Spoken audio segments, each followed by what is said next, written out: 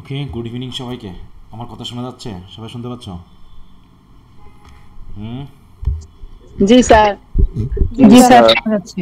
আচ্ছা, তো প্রথমেই যে কথাটা বলে নিচ্ছি সেটা হলো, গত ক্লাসেও বলেছি যে প্রতি মাসে, যেহেতু সবাই এই প্রথম দিকেই দেখে ক্লাসের, সেটা আগে বলে নিচ্ছে এ কারণে যে প্রতি এক মাস শেষ হওয়ার পর আমি সবাইকে গুগল ক্লাসরুম থেকে আউট করে দিব। তারপরে সবাইকে আবার আমাকে মেসেজ দিতে হবে যে স্যার আমাকে গুগল ক্লাসরুমের যুক্ত করে দেন, আমি এই ব্যাচের, আমাকে গুগল ক্লাসরুমের কোডটা দেন। এটা করা হচ্ছে জাস্ট তোমাকে একটু দেখার জন্য যে তুমি আসলে অ্যাক্টিভলি আছো কি না। অনেকেই মেসেঞ্জার থেকে আউট করেছি, কোনো কথা বলে না, কিছু না। মানে অনেককে আউট করেছে অনেকদিন আগে, সেই টেস্ট দেয়নি বলে আউট করেছি, যেগুলোকে আর যুক্ত হয়নি। মানে তারা হয়তোবা আর খেয়ালই করছে না, কোনো মেসেজও দিচ্ছে না, কিন্তু তারা আবার লাইনে আছে। দেখা যাচ্ছে যে সে লাইনে আছে, অথবা 30 মিনিট 20 মিনিট আগে সে লাইনে ছিল, এরকমটা দেখাচ্ছে, কিন্তু সে কিন্তু মানে ভয় পাচ্ছে বা আবার পড়তে হবে, এই যে একটা। হ্যাঁ। আচ্ছা, এটা কি কখনো বোধগম্য যে তুমি কোনো একটা জায়গায় পড়তে যাবা, সেখানে তোমাকে পড়াশোনা করা লাগবে না, এমনি এমনি ভালো রেজাল্ট হয়ে যাবে? এরকম কি আমরা প্রত্যাশা করি? তোমাদের ভিতরে একটু বলো তো, তোমরা কি এরকম প্রত্যাশা করো যে স্যারের কাছে ভর্তি হলেই আমার রেজাল্ট ভালো হয়ে যাবে, আমার পড়াশোনা করার দরকার নেই, এরকম কিছু? বলো তো, এরকম কি কোনো জাদুবিদ্যা আমার কাছে আছে? নাকি তো তোমরা মনে করো না যে আমার কাছে স্যার। আছে হয়তো? না হ্যাঁ স্যার। স্যার, মানে পড়াশোনা কি করা লাগবে না আমার কাছে যুক্ত হলে? এমনি এমনি হয়ে যাবে? করা লাগবে স্যার। তাহলে টাকা দিচ্ছ 1000 1200 করে, যুক্ত হওয়ার পরপরই দু একটা ক্লাস করার পর আর খুঁজে পাওয়া যাচ্ছে না। সে কোথায় গেল, কে সে, মেসেজ দিলেও দেখে না, গ্রুপের মেসেজগুলোও খেয়াল করে না, পরীক্ষাগুলোও দেয় না, গ্রুপ থেকে রিমুভ করে দেওয়া হয়েছে তারপরও সে মানে কোনো রকম রেসপন্স দিচ্ছে না। তাহলে এগুলো খুবই আশ্চর্যজনক। তো যাই হোক, এই জন্য একটু শুরুর দিকে বলে নিলাম যে পড়াশোনা আমি ব্যাপারটাই খুব সিরিয়াস। এই জন্য আমি, এর জন্য আমার একটু পরিশ্রম হবে, তোমাকে আবার কোড দিতে হবে, যুক্ত করতে হবে, এটা না করলেও হতো। কিন্তু কয়জন তোমরা অ্যাক্টিভ আছো সেটা আমাকে একটু দেখতে হবে। এটা গেল প্রথম কথা। তাহলে আজকের ক্লাসের পরে আজকে রাতেই আমি রিমুভ করে দিব। তোমরা আগামীকালকের মধ্যেই অবশ্য সবাই কোড চাওয়া আমি দিয়ে দিব, তোমরা অবশ্যই যুক্ত হবা, কারণ আগামীকাল থেকে আমাদের নতুন সপ্তাহ শুরু হবে। আর আগামীকাল রাতে আমরা কী নিব, এই যে শনিবার সন্ধ্যায় আজকের যে টেস্টটা নেওয়ার কথা ছিল সেটা নিব কবে, আগামীকাল সন্ধ্যায়। শনিবার এখানে আগামীকাল। কিন্তু সুন্দর করে লেখা দেওয়া আছে, তারপরও অনেকে বলতেছে মেসেজ দিয়ে, স্যার আজকে না টেস্ট নেওয়ার কথা ছিল। হ্যাঁ, আজকে কি টেস্ট নেওয়ার কথা ছিল?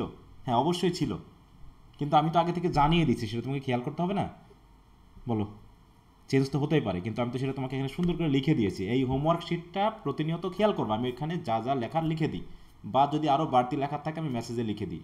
এইটুকু একটু তোমাকে খেয়াল করতে হবে। আচ্ছা, এরপর আসি, আমরা এ পর্যন্ত টোটাল 4টি ক্লাস টেস্ট নিয়েছি, কিন্তু দুঃখের বিষয় কমপক্ষে 80% স্টুডেন্ট কোনো টেস্টই ঠিকমতো দেয়নি। 80%, যদি 100 জন থাকো তাহলে 80 জন কোনো টেস্টই তোমরা ঠিকমতো দাওনি। কিন্তু তোমরা আবার একটা ভালো রেজাল্টের প্রত্যাশা করতেছো, আবার ভালো কিছু করার মানে টেস্ট দিবা না, অথচ তুমি পরীক্ষায় নাকি লিখে এসেছো যেটা তুমি ভালো লিখেছো, কিন্তু স্যাররা তোমাকে ভালো মার্ক দেয়নি। এটা তুমি পরে বলবা, ঠিক আছে? তো এটা তুমি পরে বলবা। তুমি কোনোদিন পড়লা না, তুমি কোনোদিন যা লিখেছো তা দিয়ে ভালো রেজাল্ট করা যায় কিনা সেটা যাচাই করলা না, অথচ তুমি গাইড থেকে কপি করে তুলে দিয়ে এসেছো। তুমি বলতেছো স্যাররা মনে হয় খাতা নাম্বার মানে ভালো করে খাতা না দেখে নাম্বার দিয়েছে। এইভাবে এখন ফেসবুক ইন্টারনেটে রটায় বেড়াবা যে এত পরীক্ষা দিলাম, এত করলাম, এরকম। হ্যাঁ, কিছু ভালো পরীক্ষা দিয়েও খারাপ হয়, কিন্তু অধিকাংশ এরকমটা বলে। তো পরীক্ষাগুলো একটু দিতে হবে, তুমি পারবা না, তোমার কঠিন হবে, কিন্তু দিলে পারে কি হবে, তুমি বুঝতে পারবা যে তোমার পড়াশোনার গতিটা কতটুকু, আরও কতটুকু বাড়ানো লাগবে। হ্যাঁ, কতটুকু তোমাকে আরও ভালো করে পরীক্ষা দিতে, এতে হাতের লেখা কেমন হচ্ছে, উপস্থাপনা কেমন হচ্ছে, সময়ের মধ্যে তুমি লিখতে পারবে কি না, এই জিনিসগুলো কিন্তু টেস্টের মাধ্যমে বোঝা যায়। আর যেহেতু আমরা প্রায় 4 থেকে 5 মাস এরকম প্রতি সপ্তাহে লিখব, তাহলে কি হাতের লেখার গতি একটু বাড়বে না বলো? টাইম সম্পর্কে কি আমরা একটু আইডিয়া নিতে পারবো কিনা বলো এই পরীক্ষাগুলো দেওয়ার মাধ্যমে? একদম যারা পরীক্ষা দিচ্ছে না আর যারা পরীক্ষাগুলো দিচ্ছে, এদের মধ্যে কি কোনো পার্থক্য হবে? হ্যাঁ, হ্যাঁ স্যার বলো, হবে। হবে কি না?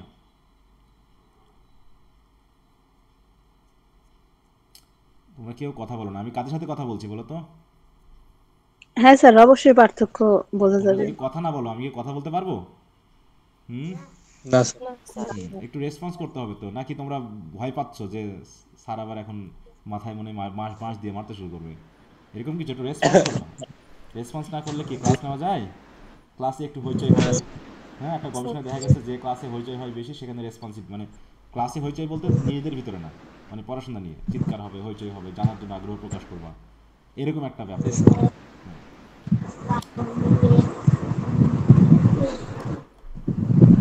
আচ্ছা, প্রথম পরীক্ষা আমরা কোনটার উপর নিয়েছিলাম বলো দেখি? Reading skill. Part A. Reading স্কিলসের পার্ট এ ও বি, তাই তো?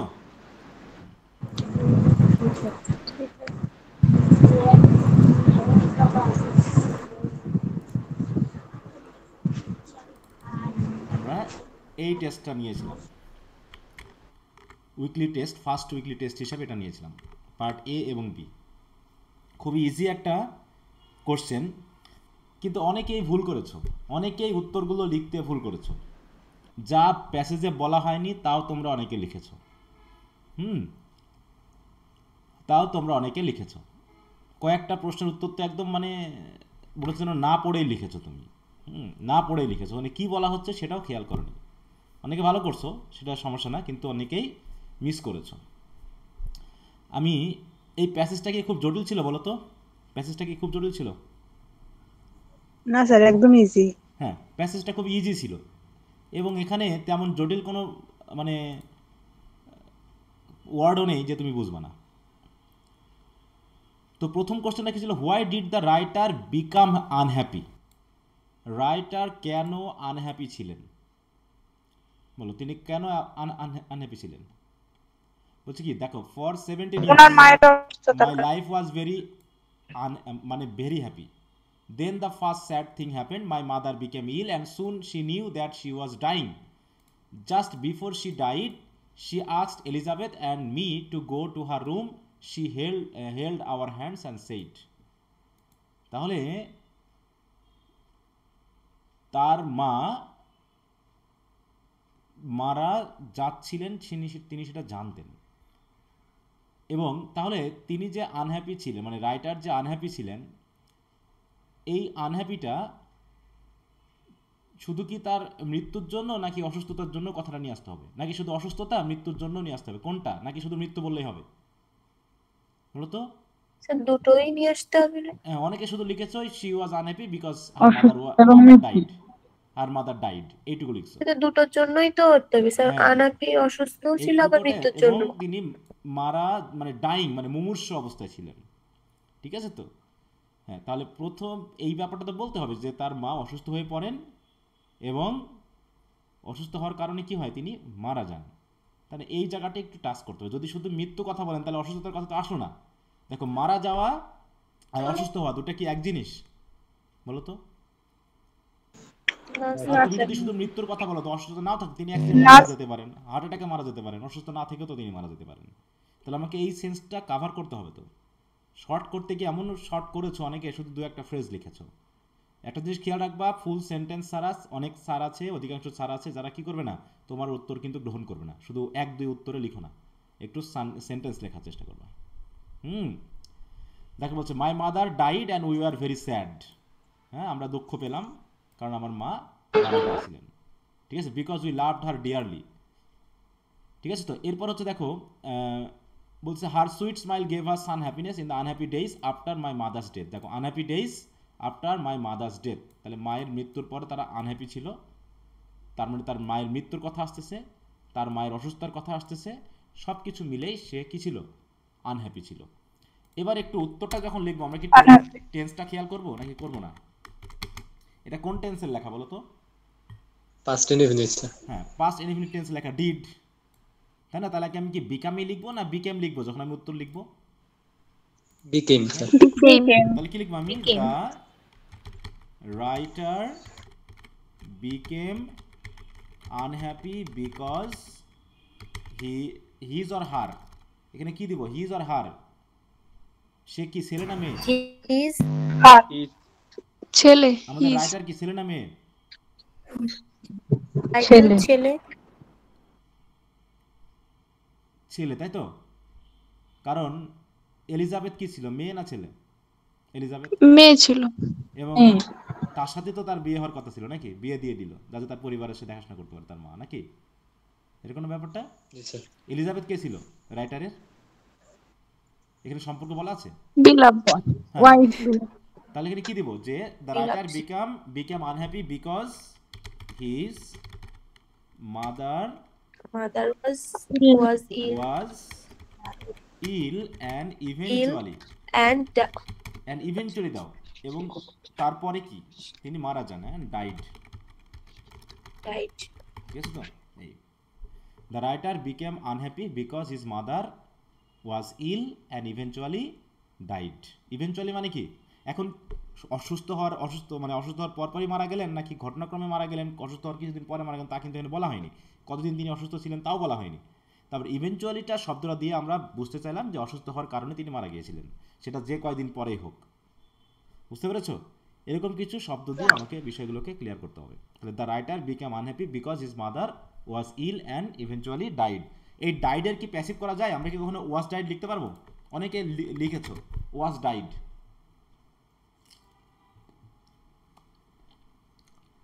ডাইয়ের প্যাসিভ হয় জানো তোমরা?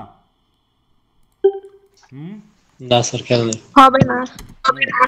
জি স্যার জানি, জন্মগ্রহণ করা হচ্ছে প্যাসিভ, কিন্তু মৃত্যুবরণ করাটা হচ্ছে অ্যাক্টিভ। ডাই, হ্যাপেন, ঠিক আছে তো, অকার, এগুলোর কোনো প্যাসিভ হয় না, এটা সরাসরি অ্যাক্টিভ হবে। বুঝতে পেরেছো? তাহলে এখানে কি লিখবো আমরা? ডাইড। হ্যাঁ, ওয়াজ ডাইড লিখবো। অনেকে লিখেছো আমি গোল দাগ দিয়েছি, কারণ অনেক সময় দেখা যাচ্ছে আমি গোল দাগ দিয়েছি কিন্তু উত্তরটা কী হবে আমি ওখানে বলিনি। কারণ কি, সব কিছু মানে লিখে বোঝানো খুব কঠিন। আর আমি তোমাদের খাতা দেখতে গিয়ে খুব বেগ পেয়েছি, কারণ খাতাগুলো ঠিক মতো কেউ দাওনি। আমি বলেছি একটু সোজা করে দিবা, একটু গুছিয়ে দিবা, একটু রিসাইজ করে দিবা, কিন্তু এই কথাগুলো যেন কেউ বুঝতেছো না নাকি আন্তরিকভাবে দিচ্ছ না, আমি এটা বুঝতেছি না। তোমরা হচ্ছে একজন, তোমরা যদি আমাকে একটু হেল্প করো, তোমরা যে একজনের কাছে পড়তেছো, এটা কি একটা আন্তরিকতার ব্যাপার কাজ করে না বলো?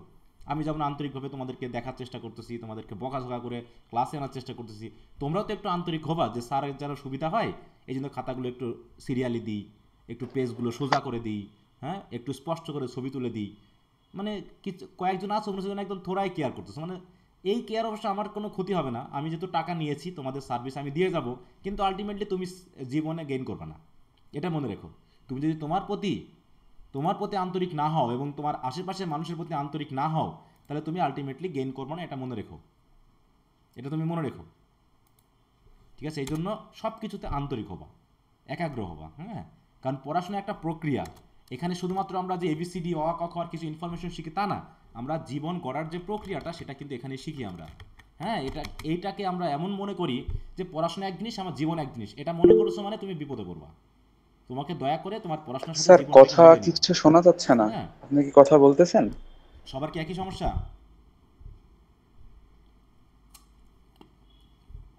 আমার কথা কি শোনা যাচ্ছে? স্যার আমরাও শুনি না। কেন মিউট করে দিয়েছে কেউ একজন মনে হয় আমাকে। তোমরা একটু ক্লাসের দিকে মনোযোগ দাও। এতক্ষণ আমরা কিছু শুনতে পাচ্ছিলাম না, মাত্র শোনা যাচ্ছে। আচ্ছা, কখন থেকে শুনতে পাওনি? টক করে একটু সাউন্ড হলো, তখনই আমাকে মিউট করে দিয়েছে কেউ হয়তো। কোথা থেকে শুনতে স্যার পাওনি? ওই যে লেখাটা শুরু করলেন তারপর থেকে শোনা যায় নাই। আচ্ছা, আনসার লেখা শুরু করলাম এরপর, তাই তো? আনসার কথাটা না না না, এর নিচে এর আগে যে লেখাটা শুরু করলেন না, ওই যে মৃত্যুর ব্যাপার নিয়ে, ডাইডের প্যাসিভ ওইটা বলতেছেন। ওখান থেকে। এখানে এখানে এখানে হুম, জি জি জি, জি এখান স্যার। থেকে। হ্যাঁ স্যার। হ্যাঁ স্যার। আচ্ছা, একটু তোমরা এদিক ওদিক গোতাগুতি করো না মোবাইল নিয়ে, হ্যাঁ, ক্লাসের দিকে মনোযোগ দাও। ওই জন্য আমি বারবার জিজ্ঞাসা করি যে আমার কথা শুনতে পাচ্ছ তো, না কি করতেছো, কারণ কখন কে কি মিউট করে দেয়, আমি কথা বলে যাবো, দেখা যাচ্ছে তোমরা শুনতে পাচ্ছ না বা তোমরা কেউ কিছু বলতেছো না। ডাই হ্যাপেন অকার এগুলো স্যার প্যাসিভ হয় না। হোস্ট কি শুধু আপনি একা না? আপনি একা হোস্ট হইলে তো বাকিটাকে মিউট করার কথা না? হুম, না, দেখো কেউ স্ক্রিন আউট করে দেয়, কেউ নিজের স্ক্রিন শেয়ার করে দেয়। হ্যাঁ,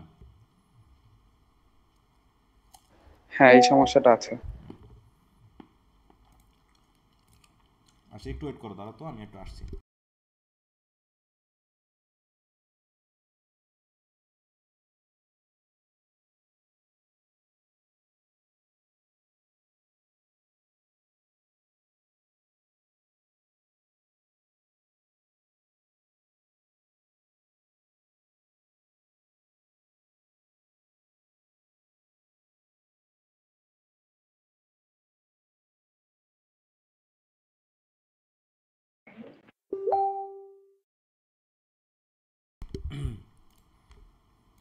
আচ্ছা, তাহলে বললাম যে এই শব্দগুলোর কখনো প্যাসিভ হয় না। ডাই, হ্যাপেন, অকার। যেমন বলতে পারবো না দ্য অ্যাক্সিডেন্ট ওয়াজ হ্যাপেন্ড, এটা বলা যাবে? অথবা ওয়াজ অকার্ড বলা যাবে? না, না। সাডেনলি ঘটে বুঝছো? ঘটনাগুলো। তারপরে হি ওয়াজ ডাইড, এগুলো বলা যাবে না, বলতে হবে কি হি ডাইড। এই যে হ্যাপেনের ইয়াতে তোমরা অনেকে প্যাসিভ ইউজ করছো, কারণ এখানে একটা ওর ব্যবহার আছে। ওকে, তাহলে এটা গেল। এ বলছে what was the request of the writer's mother to Elizabeth. এলিজাবেথের প্রতি রাইটারের মায়ের অনুরোধ কি ছিল? কোথায় ছিল অনুরোধটা বলো তো? এখানে কি বলছে? এই যে এলিজাবেথকে ডেকে, তাই তো? এলিজাবেথকে ডেকে বলতেছে will you take my place in the family my dear. মানে কি? তুমি কি আমার জায়গাটা নিতে মানে পারবে? রাইটার করার জন্য মায়ের জায়গাটা এলিজাবেথ নিবে কিনা। হ্যাঁ, মানে তার জায়গাটা নিবে কিনা। অনেকে ডিরেক্ট ন্যারেশনও দিয়েছো, সেটাও চলবে, সেটাও চলবে, সমস্যা না। কিন্তু মূল কথা হলো যে সে তার পরিবার দেখাশোনা করবে কিনা। বলছে I can die happy if you will look after them when I have gone. When I have gone মানে কি? এখানে গন দিয়ে মারা যাওয়ার পর নাকি? হ্যাঁ, তাহলে এই জায়গাটাতে আমরা ন্যারেটিভ সেন্টেন্স আকারেই লিখবো। তাহলে এইটুকু হচ্ছে আমাদের উত্তর। এখানের ভিতরে উত্তরটা আছে, তাহলে জাস্ট আমরা সিম্পলি উত্তরটা লিখবো, এত বড় লিখবো না, ছোট করে উত্তর লিখবো, 1 মার্কের উত্তর, কিন্তু কমপ্লিট আনসারটা লিখবো। তাহলে এইটুকু আমি লিখলাম প্রথমে। তাহলে কি লিখবো? The request of the writer's mother to Elizabeth was, নাকি? যেহেতু কোনটেন্স, এটা বলো তো কোনটেন্স? Past tense. Past tense, Past খেয়াল রাখো। repeat. তাহলে তারপরে আমরা যখন এটা দিব তখন আমরা কি করব? এরপর আমরা ইনফিনিটিভ দিয়ে যুক্ত করব। তাহলে কি লিখব? টু টেক, এখানে To মাই look প্লেস হয়ে after যাবে কি? To take my place in the Her family place. And Her- look her- after them, Her নাকি? place in তাহলে এইটুকু আনতে পারি কিনা আমি? দেখো, তাহলে কি দিব আমি এই জায়গায়? ওয়াজ টু টেক, তখন মাই প্লেস হবে না হার প্লেস হবে? Her her place. place and কি করব? And look after, look after look Her after family. কাদের? কাদেরকে লুক আফটার করতে হবে? দেম মানে কারা? family members. হ্যাঁ, লুক আফটার হার, হ্যাঁ ফ্যামিলি মেম্বারস দিলে ভালো হবে। এখন ওর ভিতরে কারা কারা Family থাকবে? members. Look after her family members, এই কথাটা আমরা এখানে দিয়ে যেতে পারতেছি। ঠিক আছে? তাহলে কি দাঁড়ালো দেখো, সিম্পলি আমরা উত্তরগুলো একটু সাজানোর চেষ্টা করব। কি কি নিয়ে আসলাম এখান থেকে? উত্তরটা কিন্তু আমরা ডিজাইন করলাম, সরাসরি কপি করিনি। তাহলে the request of the writer's mother to Elizabeth was to take her place in the family and look after her family members. ঠিক আছে তো? অথবা আমরা আরো সহজ করতে পারি না? বলো, যে টু লুক আফটার হার, এটা দিলে হয় না? বলো। So to look after the members of the family হ্যাঁ after her অবশ্যই, death. হ্যাঁ অবশ্যই, হবে না কেন? যে to look after my family members বা the members of my family, ঠিক আছে তো? The members of my family when she died, বা আফটার হার ডেথ। তুমি যেভাবে হোক তুমি লিখে দিতে পারবা, কিন্তু মূল কথাটা যে পরিবারের লোককে দেখাশোনা করা, এই জায়গাটা একটু বলবা। ঠিক আছে তো? তাহলে বলতে পারি কি, আর একটু যদি আমরা আরেকটা সেন্টেন্সে লিখি তাহলে কি হবে? যে দ্য রিকোয়েস্ট অফ দ্য, যে to look after her family, look after the family members, তাই এটা তুমি যেটা বলতেছো, look after the Look after the family members. হ্যাঁ, লুক আফটার দ্য মেম্বার্স, এবার বলতো তাহলে Members of the family family after her after her death. Death. হ্যাঁ, ওই যে গন মানে ডেথ বোঝাচ্ছে। হ্যাঁ, এভাবে হবে। এখন যেটাই হোক একটু টেন্স খেয়াল রাখবা, তারপর হচ্ছে এই যে সেন্টেন্স স্ট্রাকচার যে ব্যাপারটা, এগুলো একটু খেয়াল রাখতে হবে। সুন্দর করে এইভাবে স্ট্রাকচার লিখতে পারলে তুমি মার্ক ভালো মতো পেয়ে যাবে। এইবার এইখানে উত্তরটাতে অনেকেই খুবই সংক্ষিপ্ত এবং ভুল উত্তর দিয়েছো, ভুল করে লিখেছো। বলছে what kind of girl was Elizabeth. Elizabeth কোন ধরনের মেয়ে ছিল? বলো। এলিজাবেথ ওয়াজ ব্রেভ, নাকি? Elizabeth was brave and Helpful and help us, নাকি? এন্ড কি ছিল সে? sweet smile. সুইট স্মাইল ছিল। তারপরে কি ছিল? আর কিছু ছিল? আর কিছু আছে এলিজাবেথ সম্পর্কে? মানে প্যাসেজের ভিতরে যদি এলিজাবেথকে নিয়ে কোনো ক্যারেক্টার বর্ণনা করা হয়, সেই সবগুলো শুধু কেউ কেউ লিখেছে শুধু সে ব্রেভ ছিল, শুধু লিখছে এলিজাবেথ ওয়াজ ব্রেভ, এটুকু দিলে হবে উত্তর?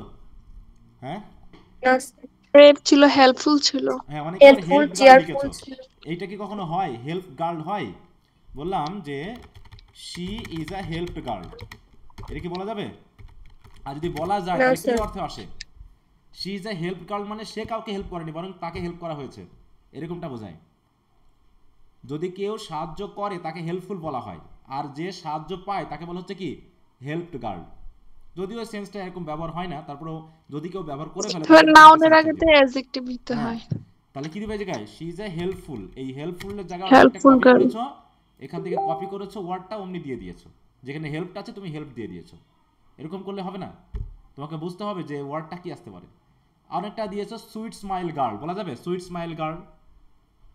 হুম, চেয়ারফুল গার্ল হ্যাঁ তুমি চেয়ারফুল দাও, অপোজিট। তাই তো? হ্যাঁ তুমি চেয়ারফুল দাও, এটা দিয়ে দিতে পারো। অথবা উইথ সুইট স্মাইল, এটা তুমি অ্যাড করতে পারো সাথে, তুমি কিভাবে অ্যাড করবে সেটা তোমার ব্যাপার, কিন্তু এই জায়গাটা একটু খেয়াল করতে হবে। তাহলে এখানে কি পাচ্ছি আমরা? ব্রেভ, হেল্পফুল অ্যান্ড, তাই তো, চেয়ারফুল গার্ল। অথবা স্যার ব্রেভের জায়গায় ডাউনপ্লেস দিলে হয় না? কি জিনিস? ডাউনপ্লেস DAUNTLESS। ওটা ডন্টলেস, ডন্টলেস। ডাউনপ্লেস। হ্যাঁ, অত জটিল করে ভাবার কিছু নাই, তুমি বই থেকেই ওয়ার্ডগুলো নাও, তাতে কোনো সমস্যা না, তুমি সেন্টেন্স কপি একদম হুবহু না করলেই চলবে। দেখা যাচ্ছে ওটা দিতে গিয়ে তুমি আবার ভুল করে ফেললা, যে কোথায় ব্যবহার করা যায় আর কোথায় যায় না, এটা মিস হয়ে যাবে, তাই তো?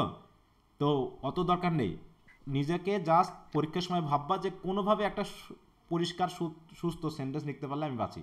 আমার এখানে পারদর্শিতা দেখায় কোনো লাভ হবে না। একটা সেন্টেন্স ঠিক মানে 1 মার্ক, ভুল মানে 0, এখানে কোনো হাফ মার্ক নেই, এখানে কোনো 1.5 মার্ক নেই। অতএব যতটুকু পারবা ভুল করার যাতে সম্ভাবনা না থাকে সেটা নিয়ে ভাববা, ঠিক আছে তো? হুম, ঠিক আছে। আচ্ছা, তাহলে এখানে কি লিখবো? যে Elizabeth was a brave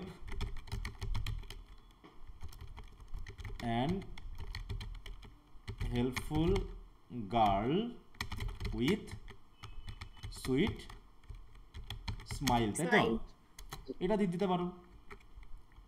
sir করেজাস দেওয়া যাবে? বলো বলো। করেজাস দেওয়া যাবে ব্রেভের জায়গায়? আমি তোমার করেজাস। আমি তোমার কথাটা বুঝতে পারতেছি না।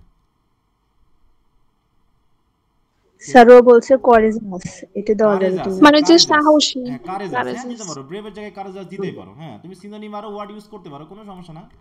হ্যাঁ কারেজাস দিতে পারো, ডন্টলেস দিতে পারো, যে বলছি না ডন্টলেস। হ্যাঁ, ব্রেভের জায়গায় তুমি দিলা হচ্ছে কারেজাস। এটা আমি আরেকবার লিখি, তাহলে বলছে কি, এটা আমরা করে সুইট স্মাইলের জায়গায় আমরা চেয়ারফুল বলতে পারি। যে Elizabeth was a brave, helpful and কি বলবো? Helpful And and cheerful girl। Cheerful girl, তাই তো? এখন তুমি আরও দিতে পারো, যে এখন স্যার আমি ব্রেভের জায়গায় কারেজাস দিব। হ্যাঁ, এটা দিলাম, হতে পারে না? হ্যাঁ, তো দিতে পারবো সঠিক। দেখো ছোট্ট একটা সেন্টেন্স, বেশি না। আবার অনেকে গার্ল দিয়েছে কিন্তু আর্টিকেল দাওনি, খেয়াল রেখো। নাউন যদি কমন নাউন হয় এবং সিঙ্গুলার হয়, তাহলে অবশ্যই তার সাথে একটা আর্টিকেল থাকতে হবে। সেটা ডেফিনিট হলে দি, আর ইনডেফিনিট হলে এ অথবা অ্যান, যদি সিঙ্গুলার এবং মানে কমন নাউন হয়। বুঝতে পারছি? অ্যাবস্ট্রাক্ট নাউন হলে বা অন্য কোনো নাউন হলে সেটা অন্য বিষয় হতে হয়, কিন্তু কমন নাউন হলে তার সাথে একটা আর্টিকেল থাকতে হবে যদি সে সিঙ্গুলার হয়। মনে থাকবে, এই নাউন ফ্রেজের এই জায়গাটা ভুল করবো না যেন। হ্যাঁ, স্যার এই যে এখানে আপনি হেল্পফুল এন্ড চেয়ারফুল দিয়েছেন, ওইখানে helpful as well as cheerful girl দেওয়া যায়? হ্যাঁ অবশ্যই দেওয়া যাবে না কেন, অবশ্যই দিতে পারবা, এটা তো কনজাংশনের সমস্যা। তুমি দিতে পারবা, কোনো ব্যাপার না। দিতে পারবা। আর কারো কোনো প্রশ্ন আছে বলবা, কিন্তু আমি যা সমাধান করতেছি। হ্যাঁ, যে আর তারপরেও যারা ভুল করেছো, আমি তো তারা কমেন্ট করবো যে স্যার আমি এইভাবে লিখেছিলাম, ভুলটা কেন ধরেছেন, আর যদি তুমি বুঝতে পারো তাহলে তো কোনো সমস্যা না, একটু শেয়ার করবো। আমি কিন্তু ক্লাস নিচ্ছি, এমন না যে আমি ক্লাস নিচ্ছি না। অনেকে লিখতেছো স্যার আমি কিভাবে যে শুরু করবো আমি বুঝে উঠতে পারতেছি না। আরে বাবা, আমি তো প্রতি ক্লাসেই বলতেছি তুমি কিভাবে শুরু করবা, বলছি না কিভাবে পড়াশোনা করতে হবে, প্রতি ক্লাসেই বলতেছি, তাই নাকি? সে আজ 2 সপ্তাহ যুক্ত হয়ে এখনো ধরতে পারেনি সে কিভাবে পড়াশোনা করবে। সে তাহলে তো ক্লাসে আমাকে বলতে হবে, তুমি ক্লাস করতেছো না, তুমি মেসেজ দিচ্ছ না, যে গ্রুপ থেকে রিমুভ করছি তখন বলছো স্যার আমি তো বুঝে উঠতে পারতেছি না আসলে কীভাবে পড়াশোনা করবো। আরে সেটা তো আমাকে জানাতে হবে। তুমি যুক্ত হয়েছো কেন টাকা দিয়ে, বলো? আমার টাকাটা নিয়ে খুব আপত্তি, কারণ তুমি টাকা দিয়ে আমার কাছে যুক্ত হয়েছো, অতএব এটার একটা ভালো সদ্ব্যবহার না করলে কিন্তু আমার কাছে খুবই বিরক্তিকর মনে হয়। এই জন্য টাকার কথা আমি বারবার বলি। হ্যাঁ, আচ্ছা, এটা গেল। এই জায়গাটা অনেকে আবার মিস করেছো। এই হেনরি ক্লেরভাল অনেকে ফাদার বানিয়ে দিয়েছো, রাইটারের ফ্রেন্ডের ফাদার বানিয়ে দিয়েছো, মানে প্যারেন্ট বানিয়ে দিয়েছো। হ্যাঁ, অনেকে প্যারেন্ট বানিয়ে দিয়েছো, আসলে কি প্যারেন্ট? হ্যাঁ, গুড ফ্রেন্ড। বলছে কি দেখো, গুড ফ্রেন্ড। বলতেছি ইট, দেখো দেখো তো আমাদের কি প্যাসেজ পুরোটা পড়া লাগতেছে? যদি আমরা কোশ্চেন দিয়ে প্যাসেজের জায়গায় যাই, সব কিন্তু পড়া লাগতেছে না, না তাই না? স্যার। হ্যাঁ, জাস্ট আমরা কোশ্চেন ধরে নিব। এই জন্য বলছি, আমি আগেও শিখিয়েছি যে কোশ্চেন পড়ে তারপর আমরা ধারাবাহিকভাবে জাস্ট স্ক্যান করব যে কি আছে এখানে। দেখো, because the parents of my good friend Henry, দেখো হেনরি ক্লারভেল, এই যে প্যারেন্ট আছে না, এটাকে অনেকে কপি করেছে, এইটুকু কপি করে তুলে দিয়েছে। হ্যাঁ, এইটুকু কপি করে তুলে দিয়েছে, তাতে প্যারেন্ট হয়ে গেছে, পুরো হেনরি ক্লারভেল প্যারেন্ট হয়ে গেছে। এখানে তো বলাই হলো যে my good friend Henry Clerval, কার গুড ফ্রেন্ড? রাইটার। লেখকের, হ্যাঁ, রাইটারের লেখকের গুড ফ্রেন্ড, তাই না? এখানে প্যারেন্ট শব্দটা আসছে কোথায়? ওই যে বুঝিনি, দেখছে মিলে গেছে, তুলে দিয়েছি। মানে ফ্রেন্ডরা রাইটারের সাথে যেতে দেয় নাই, এটা হ্যাঁ বলছিল। হ্যাঁ, যে আমার ফ্রেন্ডের পিতামাতা ওই ফ্রেন্ডের সাথে বিশ্ববিদ্যালয়ে যেতে দেয়নি, তাই তো? তাহলে আমার প্রশ্ন হয়েছে যে হেনরি ক্লারভেল আসলে রাইটারের কে? ঠিক আছে তো? তাহলে হু ওয়াজ Good হেনরি friend. ক্লারভেল? তাহলে হচ্ছে কি, এখানে আমরা শর্টে উত্তরটা লিখবো কি, যে হেনরি ক্লারভেল ইজ কি হবে, দ্য রাইটার্স গুড ফ্রেন্ড, তাই তো? সহজে হয়ে গেল। সরি, ওয়াজ হবে, আমি এখানে ইজ দিলাম কেন? দেখো টেন্সগুলো একটু খেয়াল করবো তোমরা এই জায়গায়। কি কথা বুঝতে পেরেছো? স্যার স্ক্রিন দেখা যাচ্ছে না। সবার সমস্যা? না স্যার, না দেখা স্যার যায়। দেখা যাচ্ছে। তাহলে তোমার হয়তো ব্যক্তিগত সমস্যা, একটু নেটটা খেয়াল করো।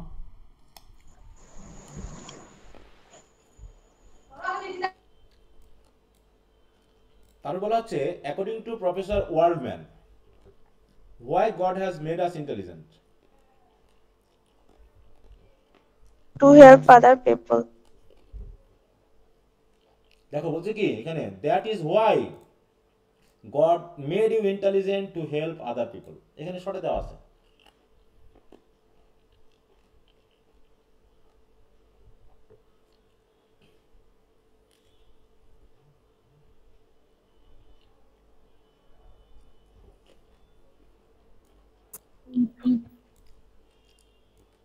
স্যার শোনা যায় না। আমি এখনো কথা বলছি না গো, দাঁড়াও, আমি একটু দেখতেছি, স্ক্যান করতেছি।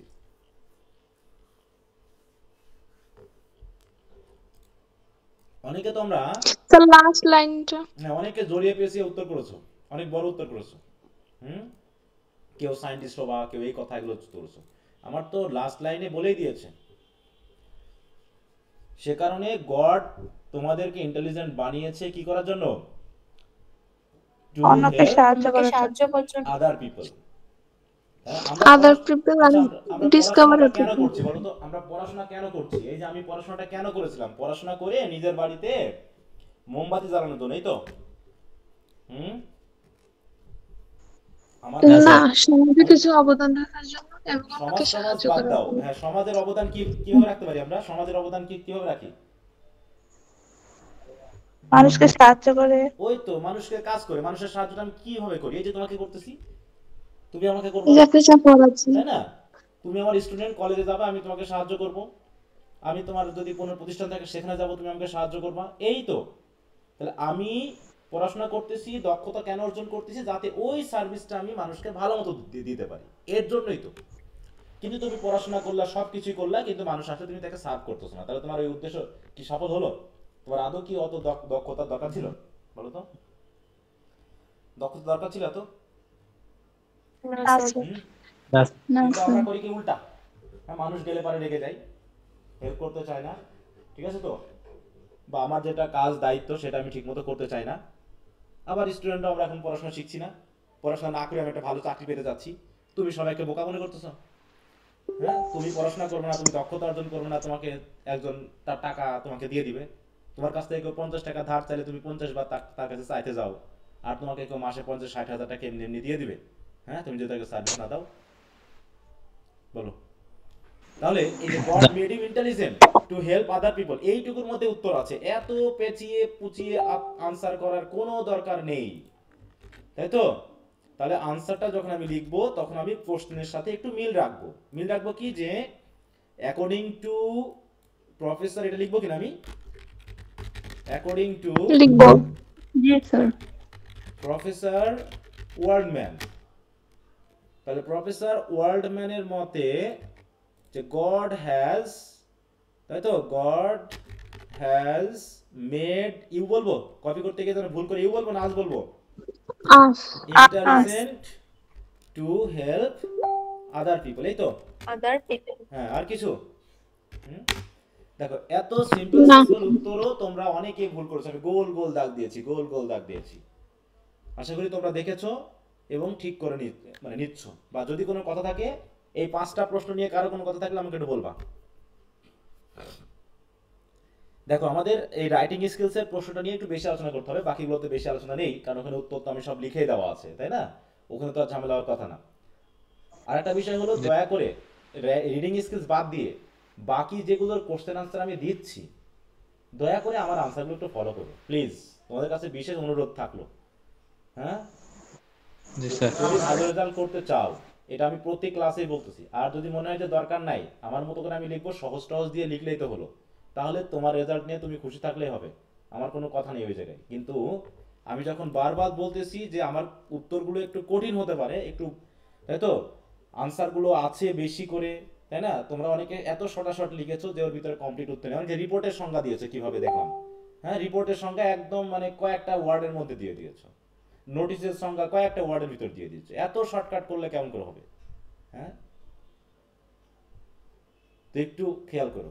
আচ্ছা, এবার গেলাম এই জায়গাতে, 2টা জায়গাতে ব্যাপক ভুল হয়েছে এই ওয়ার্ডের ক্ষেত্রে। আমি এটা বারবার বলেছি যে যেখানে ওয়ার্ড মিনিং লিখতে হয় সেখানে কি আমরা নতুন ওয়ার্ড দিয়ে সেন্টেন্স লিখবো, নাকি যেটা দেওয়া আছে সেটা দিয়ে সেন্টেন্স লিখতে হবে? হ্যাঁ, এই ক্ষেত্রে নতুন ওয়ার্ড যেটা দেওয়া আছে ওটাই। যেটা দেওয়া থাকে সেটা দেওয়ার। এখানে তো মিনিং এ যদি আমি ইলাবোরেটলি লিখি, আমি মিনিং দিয়ে কি সেন্টেন্স লিখতে পারবো বলো তো? না স্যার। তাহলে যেখানে মিনিং লিখতে বলবে সেখানে যে ওয়ার্ডটা দিয়ে দেওয়া হবে সেই ওয়ার্ড দিয়েই তোমাকে সেন্টেন্স লিখতে হবে। অনেকে লিখেছে ওয়ান্ডারফুল মানে বিউটিফুল দিয়ে একটা সেন্টেন্স লিখছে, ঠিক আছে তো? হ্যাপেন মানে অকার দিয়ে একটা সেন্টেন্স লিখছে। আমি কি অকার দিয়ে সেন্টেন্স লিখতে বলেছি, বা বিউটিফুল দিয়ে সেন্টেন্স লিখতে বলেছি? না স্যার। হ্যাপেন দিয়ে লিখতে হবে। হ্যাঁ, যেটা দেওয়া আছে সেটা দিয়ে লিখতে হবে। তোমরা এই ভুলটা অনেকেই করেছো, যে যেটা দেওয়া আছে সেটা না দিয়ে নতুন একটা ওয়ার্ড যেটা সেটা দিয়ে করেছো। যে হ্যাপেন মানে হচ্ছে কি টু টেক প্লেস, তাই তো, ঘটা, বা হচ্ছে টু অকার, তাই তো, এরকম মানে কোনো কিছু ঘটা। এখন তুমি তাহলে কোনটা দিয়ে সেন্টেন্স লিখবা? টেক প্লেস দিয়ে লিখবা, অকার দিয়ে লিখবা, না হ্যাপেন দিয়ে লিখবা? হ্যাপেন। হ্যাপেন দিয়ে লিখবা। এটা আমি বলছি, আগেও বলেছি, কিন্তু তারপরও দেখো অনেকেই ভুল করেছে। এই এখন এইগুলো সতর্ক দিবা না, সতর্কতা অবলম্বন করবো না, পরীক্ষায় ভুল করে আসবে আর বলবো স্যার আমার ভুল হয়েছে, কেন বুঝলাম না। আবার অনেকে যারা পরীক্ষা দিয়েছেন তারা তো বুঝবাই না, পরীক্ষা হলে কি কনফিউজ হয়ে যাওয়া, হ্যাঁ, যে কি জানো স্যার বলেছিল, কি জানো হচ্ছে এইভাবে। তাহলে কি লিখবো? সিম্পলি লেখো, কি লিখবো? অ্যান অ্যাক্সিডেন্ট ওয়াজ হ্যাপেন্ড, তাই তো, এটা লিখবো, ঠিক আছে সেন্টেন্সটা? জি স্যার। না হ্যাপেন হবে না, হ্যাপেন। কোথায় ও স্যার স্পেসিফাই না ওয়াজ দিব? না স্যার। না sir, happened. an accident happened yesterday, অথবা a serious, যত ছোট লিখবা, আবার জোর করে মানে বেশি ভাব দেখা দিকে ভুল করো না যেন। a serious accident happened yesterday। এবার ওয়ান্ডারফুল মানে কি দিয়েছো বলো, কি ওয়ান্ডারফুল মানে কি? অনেকে মার্ভেলাস, এক্সট্রিমলি গুড, অনেকে Marvelous। ডিলাইটফুল দিয়েছো, হ্যাঁ, অনেকে মানে কি বলবো বিউটিফুল দিয়েছো, কেউ নাইস দিয়েছো, তাই তো, অ্যামেজিং দিয়েছো, হ্যাঁ, দিতে পারো, সমস্যা নেই। আমরা বলতে পারি কি যে সামথিং, কি দিব? সামথিং কেমন?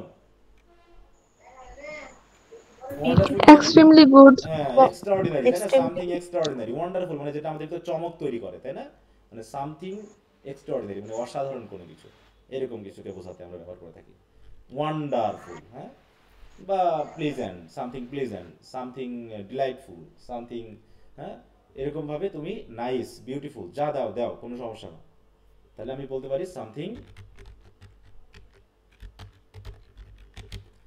দিয়ে আমি সেন্টেন্স লিখবো কোনটা দিয়ে, এক্সট্রাঅর্ডিনারি দিয়ে না ওয়ান্ডারফুল দিয়ে? Wonderful, wonderful. ওয়ান্ডারফুল, বলতে পারি কি হি sang a wonderful wonderful song. দিলাম ছোট একটা সেন্টেন্স, জাস্ট হয়ে গেল, এটা একটা ঘটনা। তাহলে এখানে যারা ভুল করেছো একটু সাবধান, যে ওয়ার্ড মিনিং এর ক্ষেত্রে যেখানে মিনিং লিখতে বলবে সেক্ষেত্রে অবশ্যই আমাদের যেটা দিয়েছে সেটা দিয়েই সেন্টেন্স লিখতে হবে, নতুন না। কিন্তু যেখানে সিনোনিম অ্যান্টোনিম ওয়ার্ড ফরমেশন থাকবে সেখানে বুঝতে হবে নতুনটা দিয়ে করতে হবে, ঠিক আছে তো? সেখানে নতুনটা দিয়ে করতে হবে। এখানে সেটা খেয়াল করো, use the following words as directed in your own sentence. তাহলে use the following word as directed, তাহলে এই ওয়ার্ডগুলো ইউজ করবা নাকি যেভাবে ডিরেকশন দেওয়া হয়েছে সেই ওয়ার্ডগুলো ইউজ করবা? ডিরেকশন অনুযায়ী। যেভাবে ডিরেকশন, তাহলে যেমন direction ডিসকভার অনুযায়ী কি? নাউন যে ওয়ার্ড, তাই তো? ওই Discover ওয়ার্ডটা noun কি? ডিসকভারি, তাই তো? Discovery, Discovery. তাহলে এখন আমরা একটা সেন্টেন্স লিখবো কি, he made a nice Discovery. Discovery, বলতে পারি সে একটা সুন্দর আবিষ্কার করেছিল বা অ্যামেজিং আবিষ্কার করেছিল, সরাসরি দিয়ে দাও। তার বলছে ফ্রেন্ড, ফ্রেন্ড মানে কি? বন্ধু, বন্ধু। বন্ধু বলতে কি বুঝবো আমরা? অনেকে দিয়েছো মেট, কম্পেনিয়ন্স। কলিগ কি ফ্রেন্ড হয়? কলিগ কি ফ্রেন্ড হয়? ফ্রেন্ড কি কলিগ এক জিনিস? না স্যার, কলিগ তো আমার সহকর্মী, সে তো আমার শত্রুও হতে পারে, সহকর্মী আমার শত্রু হতে পারে না? হ্যাঁ হ্যাঁ স্যার, তাহলে ফ্রেন্ড মানে বন্ধু, তাই তো? আমরা এখানে মেট বলতে পারি, কম্প্যানিয়ন বলতে পারি, তাই তো? এগুলো আমরা আনতে পারি। তাহলে কি বলতে পারি? দেখো আমরা বললাম হচ্ছে অনেকে কম্প্যানিয়ন দিয়েছে, ভালো কথা, সঙ্গী, তাই তো? তাহলে কি দিব এখন? আমি কি ফ্রেন্ড দিয়ে লিখবো না কম্প্যানিয়ন দিয়ে লিখবো না বা মেট দিয়ে লিখবো, কোনটা? কম্পেনিয়ন বা মেট। তাহলে বললাম কি, I had a nice, nice না বলে আমরা বলতে পারি কি ফ্রেন্ডলি, তাই তো? ফ্রেন্ডলি তো আছে না, সরি ফ্রেন্ডলি না, অ্যামেজিং দিতে পারি, বা খুবই আন্তরিক। মানে কি আন্তরিক বলতে কি বুঝি আমরা? সিনসিয়ারলি। হ্যাঁ, সিনসিয়ার, তাই না? গুড, এরকম ভাবে আমরা বর্ণনা করতে পারি। অথবা কারো নাম দিয়ে বলতে পারি হি ইজ, হ্যাঁ, মাই গুড কম্পেনিয়ন, বা নাম দিয়ে, বা শি ইজ, যেভাবে হোক আমরা দিতে পারি। হ্যাঁ, তাহলে I had a good friend, তাই তো? সেই জায়গায় আমি কম্পেনিয়ন দিয়ে দিয়েছি জাস্ট ওই জায়গাতে। বা বলতে পারি কি, Rimon is my best companion, তাই তো? মানে বেস্ট জায়গায় আমি বেস্ট কম্পেনিয়ন দিলাম। এইভাবে আমরা লিখবো। তার মানে এগুলো আমরা নতুন ওয়ার্ড যেগুলো থাকবে সেগুলো দিয়ে আমি কাজটা করব। আচ্ছা, এখানে মোটামুটি প্রথমটা দিয়ে ভুল কম হয়েছে, কয়েকজন একটু মিস করেছে, কিন্তু এই দুটাতে অনেকেই ভুল করেছে।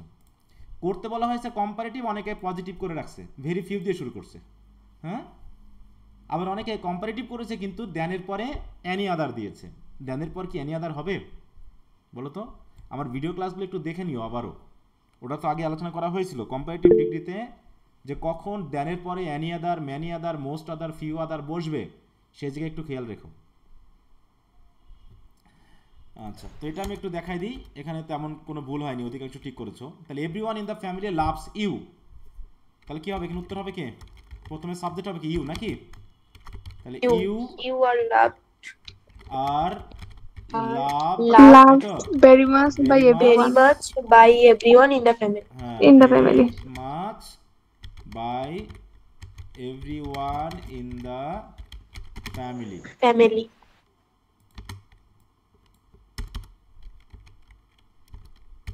এটা এইখানে কি হবে বলো তো? এটা করতে বলেছে কম্পারেটিভ। কম্পারেটিভে কি হবে? প্রথমে কি সাবজেক্ট হবে নাকি? My teacher. এইটুকু তো ঠিকই থাকবে, তাই না? এইটুকু মোটামুটি আমাদের ঠিকই থাকবে। ঠিকই My দেওয়ার পর কি দিব? teacher Professor Walkman তাই তো? was greater. কম্পারেটিভ মানে কি? গ্রেটার আসবে, তারপর কি লিখবো? একটা Greater দ্যান আসবে। এবার দেখবো than ওয়ান অফ most মানে other. তার মতো আরো কেউ আছে কিনা। যদি থাকে তাহলে আমি কি দিব? মোস্ট অথবা ম্যানি অথবা ফিউ আদার, তাই তো? এটা হবে না? এই তিনটার মধ্যে যে কোনো একটা দিয়ে তারপর হবে scientist in the world. World. তাহলে কি হচ্ছে, my teacher professor Waldman was greater than most many or few other scientist in the world. তাহলে অনেকে, তার মতো অনেকে আছে, এরকমটা সেন্স বোঝাতে কিন্তু এখানে আসে এটা। হ্যাঁ, তার মতো অনেকেই আছে, এই সেন্সটা। এবার বলতেছে God made you intelligent to help other people, এটাকে কমপ্লেক্স করতে বলেছে। অনেকে আবার ঘুরে এটাকে আইএনজি করে সিম্পলি বানিয়েছে ঘুরে ফিরে। হ্যাঁ, এরকম আমরা তো জানি যে যদি ইনফিনিটিভ দিয়ে কোনো ফ্রেজ যুক্ত হয়, যদি কোনো ইনফিনিটিভ ফ্রেজ থাকে এবং তা দিয়ে যদি পারপাস বোঝায়, তাহলে আমরা কি দিয়ে করি বলো তো? Complex so that. So that দিয়ে করি না? So that হ্যাঁ, দিয়ে- সো দ্যাটের ব্যাপারটা একটু আমার ভিডিও ক্লাসগুলো দেখে নিবা এই ক্ষেত্রে। তাহলে এখানে কি দিব? জাস্ট এই জায়গায় কি লিখবো? So that so that God made you intelligent so that you can help you could other হবে, কেন হবে? help এই জায়গায় মিস করেছো অনেকে। could, কুড, তাই তো? কুড। হ্যাঁ, could. yes sir, made a যদি আমি এখানে হ্যাজ দিতাম তাহলে কি হতো? যদি এখানে হ্যাজ দিতাম তখন you can, হতো কি জায়গায় ক্যান।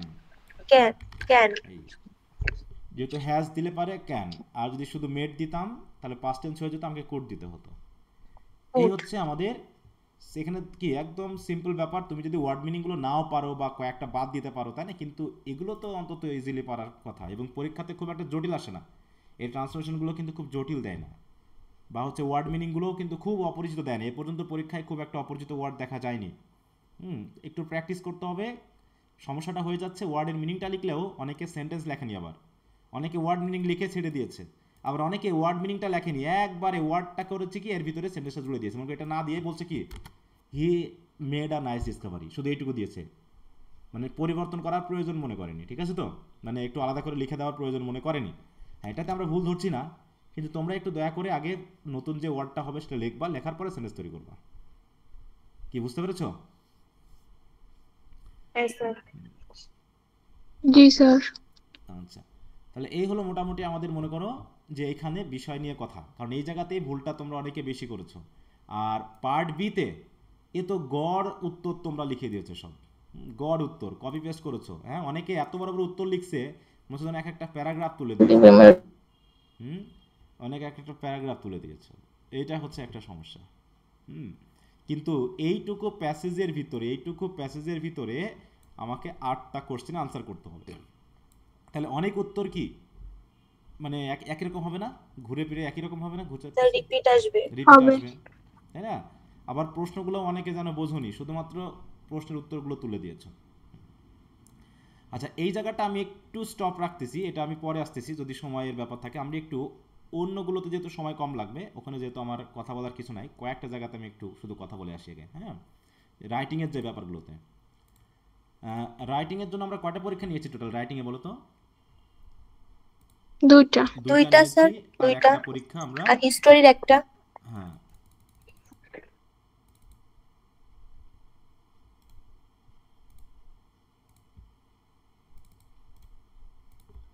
স্যার এই হিস্টোরি একটা আর রাইটিং এর আগের একটা আমার পরীক্ষা দেওয়া হয়নি, আমার টেস্ট পরীক্ষা চলছিল, এই জন্য এর ভিতরে দেওয়া হয়নি স্যার। এই উইকের ভিতর সব দিয়ে দিব। আচ্ছা, দিয়ে দিও। সইগুলো দেখো, বিশেষ করে তোমরা শর্ট উত্তরগুলোতে, আমি ব্রিফে নিয়ে সমস্যা মনে করতেছি না, ব্রিফে মোটামুটি যা লিখেছো তা চলবে, কিন্তু অনেকে খুবই আরও সংক্ষিপ্ত, বিশেষ করে what is brain storming in writing, শুধু লিখেছো brain storming in writing is used for generating new ideas for a text, শুধু এইটুকু লিখেছো। ঠিক আছে তো? হ্যাঁ, এটা কি generating new ideas for the text, শুধু এইটুকু লিখেছ। এইটুকু দিলে কমপ্লিট আসলে হয় না। অথবা অনেকে আবার ফর জেনারেটিং টেক্সট দিয়েছে সরাসরি, মানে নিউ আইডিয়া কথাটা ছুড়ে গেছে। এই জায়গায় আমি বেশ কয়েকজনের আনসার এখানে পেয়েছি।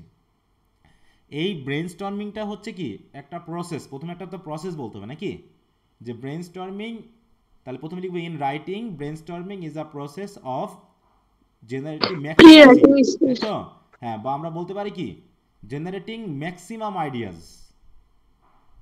ফর, মানে আমরা কি যে তথ্য পেয়েছি, আমি কিন্তু এটা বুঝিয়েছিলাম যে আমরা কিছু তথ্য আগে পাই, সেই তথ্যকে ভিত্তি করে আমরা কতগুলো নতুন আইডিয়া তৈরি করতে পারি, এইটা একটু এলাবোরেট করে বলতে হবে। হ্যাঁ, তার মানে আমার উত্তরটা হওয়ার কথা ছিল এরকম যে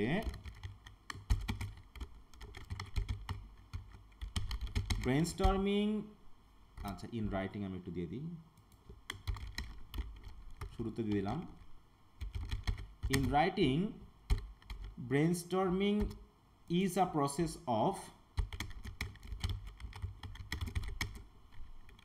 of generating idea maximum new ideas, ideas ঠিক আছে তো, for composing a new text। আচ্ছা এখানে একটু দেয়, এই জায়গাটা দিয়ে দিই। Generating new ideas from the collected data or information, ঠিক আছে তো। স্যার ম্যাক্সিমাম নিউ হবে, আপনি নিউজ লিখছেন। তাহলে বলছে in writing brainstorming is a process of generating maximum new ideas, হ্যাঁ, from the collected data or information for composing a new text. তাহলে একটা নতুন টেক্সট, তাহলে আমি কিছু তথ্য তো কালেক্ট করেছি। মনে করি আমার কাছে আছে 10টা তথ্য, আমি 10টা তথ্য বা আইডিয়া বা ডেটা বা ইনফরমেশন কালেক্ট করেছি। এখন এই 10টাকে ব্যবহার করে এদিক ওদিক করে আমি 100টা তথ্য তৈরি করতে পারি কিনা। যেমন আমি বললাম কি, এর আগে একটা উদাহরণ দিয়েছিলাম ক্লাসে, যে মনে করো আমার ক্লাসে আছে 50 জন স্টুডেন্ট। এখন এই 50 জন স্টুডেন্টকে ভিত্তি করে আমি কত ধরনের ইনফরমেশন নিতে পারি, যে ইংরেজি সাবজেক্টে অধিকাংশ ছেলেমেয়েদের খারাপ করার পেছনে কারণ কি, এই কারণটা বের করার জন্য আমি 50 জন স্টুডেন্টের উপরে গবেষণা করব। এই গবেষণা করে আমি এদেরকে কয়েকটা ক্লাস্টারে ভাগ করতে পারি, তাই না, কয়েকটা শ্রেণীতে ভাগ করতে পারি। প্রথমত দেখতে পারি যে শহরে এবং গ্রামে বসবাস করে, এটার উপর 2টা ভাগে ভাগ করতে পারি। আবার বলতে পারি এর ভিতরে পিতামাতা শিক্ষিত আর অশিক্ষিত আছে কতজনের, সেটা দিয়ে একটা ভাগ করতে পারি। তারপরে কারা রেগুলারলি ক্লাস করে, কারা করে না, তার উপর ভিত্তি করে ভাগ করতে পারি। আবার কারা হচ্ছে চাকরি করে, অনেকে চাকরি করে না, তাদের উপর ভিত্তি করে ভাগ করতে পারি।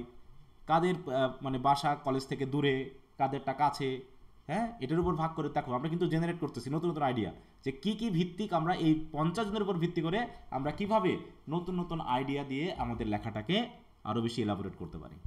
কি কথা বুঝতে পেরেছো?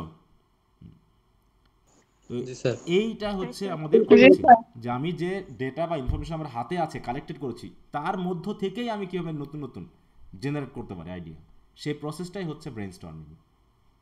হ্যাঁ, তাছাড়া মোটামুটি বাকিগুলো সবই। এই লিড সেন্টেন্সে অনেকে আবার একটু ঝামেলা করেছ। লিড সেন্টেন্স আর লিড প্যারাগ্রাফ বা শুধু লিড, এই দুটো কি এক জিনিস? হোয়াট ইজ আ লিড আর what is a lead sentence, এটা কি একরকম হবে? না স্যার। লিড সেন্টেন্স কোথায় ব্যবহৃত হয় আর লিড কোথায় ব্যবহৃত হয় একটু বলো। লিড সেন্টেন্স হয়ে আছে আর লিড প্যারাগ্রাফ রিপোর্টে। হ্যাঁ, লিড প্যারাগ্রাফ হচ্ছে রিপোর্টের প্রথম প্যারাগ্রাফটা, তাই না? এটা হচ্ছে, আর লিড ওটাকে শুধু লিড বলা হতে পারে বা লিড প্যারাগ্রাফ বলা হতে পারে। আর এখানে লিড সেন্টেন্স বলাই থাকবে। লিড সেন্টেন্স মানে একটা সিঙ্গেল সেন্টেন্স যেটা এসের ইন্ট্রোডাকশনে ব্যবহার করা হয় প্রথম সেন্টেন্স হিসাবে। ওটার প্রধান কাজ কি? লিড সেন্টেন্সের প্রধান কাজ কি? এসেটা কি সম্পর্কে সেটা উপস্থাপন করা। না না না না, সেটা তো থিসিস স্টেটমেন্ট বলবে। রিডার্সের মনোযোগ আকর্ষণ করা। হ্যাঁ, draw or grab the attention of the reader. হ্যাঁ, ড্র অ্যাটেনশন, গ্র্যাব বলা হচ্ছে, গ্র্যাব শুধু ড্র বলা হয়নি, গ্র্যাব মানে জাপটে ধরা। হ্যাঁ, মানে রিডারের অ্যাটেনশনটাকে গ্র্যাব করা, জাপটে ধরা, এই সেন্টেন্স, এই ব্যাপার কিন্তু বলা হয়েছে। বুঝতে পেরেছো? এইগুলো একটু খেয়াল রাখবা। তো মোটামুটি যারা লিখেছো তারা ভালো লিখেছো, আর যারা লেখনি তারা তো লেখনি। আর এই জায়গাটা নিয়ে ভুল কম হয়েছে, কারণ আনসারগুলো যেহেতু লিখে দেওয়া ছিল সেগুলোকে ফলো করেছো। অনেকেই ফলো করনি, তোমরা গাইড টাইড থেকে শর্ট করতে গিয়ে আরও শর্ট করেছো, করে উত্তর লিখেছো। তো আমি বলবো দয়া করে আমার উত্তরগুলোকে একটু ফলো করতে।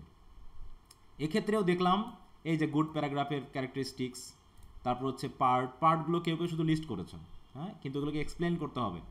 ফর্মাল ইনফর্মাল রাইটিংগুলো তোমরা বই অনুসারে যেভাবে ছোটো ছোটো করে লেখার লিখেছো কোনো সমস্যা না, কিন্তু ক্যারেক্টারিস্টিক্স অনেকটা বইয়ে ইনকমপ্লিট যে ফ্রেজ আকারে দেওয়া আছে ওই ফ্রেজ আকারে ছোটো করে লিখেছো অনেকেই। তা যারা বড় করে লিখেছো বা আমারটা ফলো করেছো সমস্যা না, কিন্তু অনেকেই তোমরা এই কাজ করেছো। এই কাজ করবা এখন মনে মনে, আর পরীক্ষার হলে পরীক্ষা দিয়ে আসার পরে যখন রেজাল্ট হবে তখন গান করবা যে স্যার আমার রেজাল্টটা কেন খারাপ হলো। হ্যাঁ, বললাম তো, আমি যদি দেখতাম যে তোমাদের আমরা এত কষ্ট করার কি প্রয়োজন পড়ে গেছে, আমার প্রথম প্রশ্ন হলো, তো তোমাদের কোশ্চেনের আনসার লিখে দেওয়ার কোনো দরকার আছে? গাইড বইয়ে তো আছে, গাইড বই তোমাদের কিনে নিতে বললেই তো হয়ে যায় নাকি? বা ওগুলোর ছবি তুলে পিডিএফ করে দিতে কি আমার এই লেখালেখির মতো সময় লাগবে? হ্যাঁ, না স্যার। একটা বই কিনলাম, গাইডের ফটোকপি ছবি তুলে পিডিএফ করে দিয়ে দিলাম, আমার তো অত সময় লাগবে না, এত সময় তো আমার কষ্ট করতে হবে না। তাহলে আমি কেন দিয়েছি? যাতে আমার টার্গেট সবসময় বলি কি যে 3.30 হচ্ছে আমাদের মিনিমাম টার্গেট। হ্যাঁ, এই টার্গেটকে আমরা খেয়াল করে এগিয়ে যাব। বাকিটা এখন যদি কেউ তার থেকে টপকাতে পারে, আমার সর্বোচ্চ উত্তরটা যদি কেউ লিখতে পারে, তাহলে তো সেটা ভালো কথা। হ্যাঁ, কিন্তু সেটা পর্যন্ত যেতে হলে আরও পরিশ্রম করতে হবে। এবং আমি বলছি কি যে আমার উত্তরগুলো দেওয়ার কারণে গত 3 বছরের মধ্যে, গত বছর মানে এবার যারা সেকেন্ড ইয়ারে যারা রেজাল্ট পেয়েছে, তাদের মধ্যে ফার্স্ট ক্লাস পাওয়ার পরিমাণটা অনেকখানি কিন্তু বেশি, অনেকখানি বেশি। ঠিক আছে? তো প্রথম ব্যাচের থেকে অনেক বেশি। তারপর দ্বিতীয় ব্যাচে কিছুটা পেয়েছিল, কারণ তখন আমি সবগুলো উত্তর দিতাম না, জাস্ট আমি ব্রডগুলো দিতাম। পরে দেখলাম যে না, হচ্ছে না, তখন আমি কিন্তু পুরো ব্রিফ, শর্ট, ব্রড সব দিয়ে দিচ্ছি। হ্যাঁ, এবং টেক্সটগুলোকে ভালো করে পড়িয়ে দিচ্ছি। এরপরও যদি একটা ভালো রেজাল্ট না করতে পারো, আসলে সেটা আমার ব্যর্থতা না তোমাদের, আমি জানি না। তবে একই ব্যাচ থেকে যদি কেউ 3.30 প্লাস নাম্বার পায় আর কেউ যদি ফেল করে, তাহলে নিশ্চয়ই এটা কার ব্যর্থতা? টিচারের ব্যর্থতা? বলো। না স্যার। অবশ্যই স্টুডেন্টদের মধ্যে ঘাপলা আছে, তা নাহলে সবাই খারাপ করতো। এবং আমি চেষ্টা করি সর্বোচ্চটা দিয়ে তোমাদেরকে জোর জবরদস্তি করে গালিগালা করে হলেও, কারণ তোমাকে গালিগালা দিয়ে আমার বিশেষ কোনো লাভ নেই, বরং তোমার উপর রাগ করলে আমার ব্রেনে একটু প্রেশার পড়ে, আমার একটু মেন্টালি আমি একটু আপসেট থাকি, কিন্তু তারপরেও আমাকে থাকতে হয়, কারণ তোমাদের জন্য, এটা আমার জন্য নয়। আমার জন্য যেটা করার সেটা তো তুমি মাসের প্রথমে দিয়েই দাও। হ্যাঁ, অতএব গালিগালা করো বলে আমার ছেলে মেয়ে যে আমাকে খুব বেশি ঘৃণা করে তা না, একটু ভয় পাই, কিন্তু আশা করি ভালোবাসে। আচ্ছা, জি স্যার। তো ঠিক আছে, তাহলে এটা একটা সমস্যা ছিল, আমি সেই বিষয়গুলো একটু আলোচনা করলাম। বাকিগুলো তোমাদের যেহেতু উত্তর লিখে দিয়েছি, সেগুলো একটু ফলো করবা। আর একটা হচ্ছে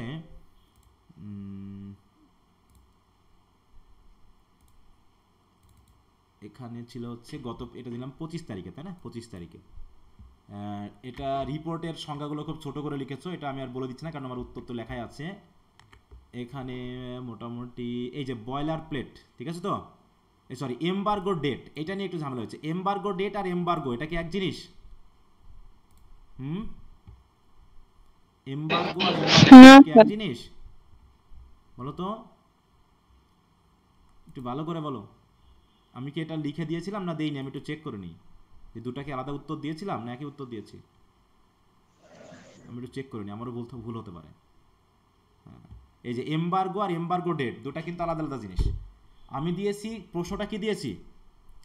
আমি প্রশ্নটা দিয়েছি এমবার্গো ডেট, অনেকে শুধু এমবার্গোর উত্তর লিখে রাখছে।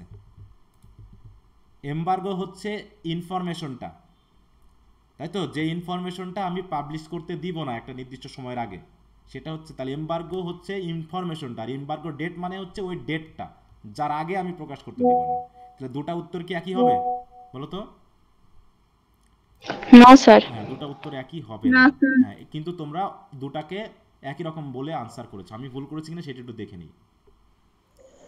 দেখো, an embargo is a request from a source to a journalist or media outlet to delay the publication of a news story until a specific date or time. তাহলে এটা হচ্ছে এমবার্গো কি একটা রিকোয়েস্ট। হ্যাঁ, এমবার্গো জারি করা, embargo জারি করা বলে অনেক সময় সরকার জারি করে। হ্যাঁ, আর এমবার্গো ডেট কি? এটা হচ্ছে একটা specified date and time before which a piece of news or information will not be published. দেখো, ছোট করে আনসার দিয়েছে, তোমরা মধ্যে আমার আনসারগুলো খেয়ালই করনি। এটা হলো সবচেয়ে বড় সমস্যা, যে তোমরা আমার উত্তরগুলোকে খেয়ালই করনি। হ্যাঁ, এটা একটা মানে খুব খারাপ লাগতেছে আমার। হ্যাঁ, যে আমি দুটাকে আলাদা করে বলে দিয়েছি। অনেকে লিখেছো স্যার, আবার আমাকে প্রশ্ন করছো স্যার এই দুটাকে একই জিনিস, আমি তো উত্তর লিখে দিয়েছি, একটু খেয়াল করো, এখানেই লিখে দেওয়া আছে, আমি এখান থেকেই প্রশ্নগুলো করেছি। এই জন্য একটু মাথা ঠান্ডা রেখে আগাতে হবে। ওকে, তাহলে কি বোঝা গেল এমবার্গো ডেট আর এমবার্গো এক জিনিস না? আমি একটু এখানে মিস করেছিলাম, বয়লার প্লেট একটা ওয়ার্ড হবে, আসলে আমি এভাবে স্পেস দিয়ে দিয়েছি। এখানে তোমরা বয়লার প্লেটটাকে অনেকে স্পেস দিয়েছো, এটা আসলে স্পেস হবে না, এটা একটা ওয়ার্ড হবে। আর বাকিতে তেমন সমস্যা নাই এটা, তবে সংজ্ঞাগুলো খুব ছোট হয়ে গেছে। What is a report, what is a business report, ঠিক আছে তো, এইখানে সংজ্ঞাগুলো খুবই ছোট হয়ে গেছে, আর একটু তোমাকে সংজ্ঞাটাকে এক্সপ্লেন করতে হবে। আর পরবর্তী যে ব্যাপারটা হলো যে তোমরা পার্ট সি এর আনসার অধিকাংশই লেখনি, অধিকাংশই তোমরা পার্ট সি এর আনসার লেখনি। আরে বাবা আমি তো 3টা দিয়েছি, 3টা টপিক থেকে 3টা দিয়েছি, একটা লিখতে বলেছি। তার মানে একটাও না লিখতে পারা মানে তুমি পড়োইনি পার্ট সি। তুমি বাকি দুটো না হোক, তাই না, তুমি অন্তত একটা মেমো তো পড়তে পারতা, বা একটা অ্যাপ্লিকেশন তো বা একটা নোটিশ তো পড়তে পারতাম, একটা নিউ রিপোর্ট আছে, নোটিশ আছে, মেমো আছে, তা 3টার ভিতরে একটাও তুমি পড়োনি।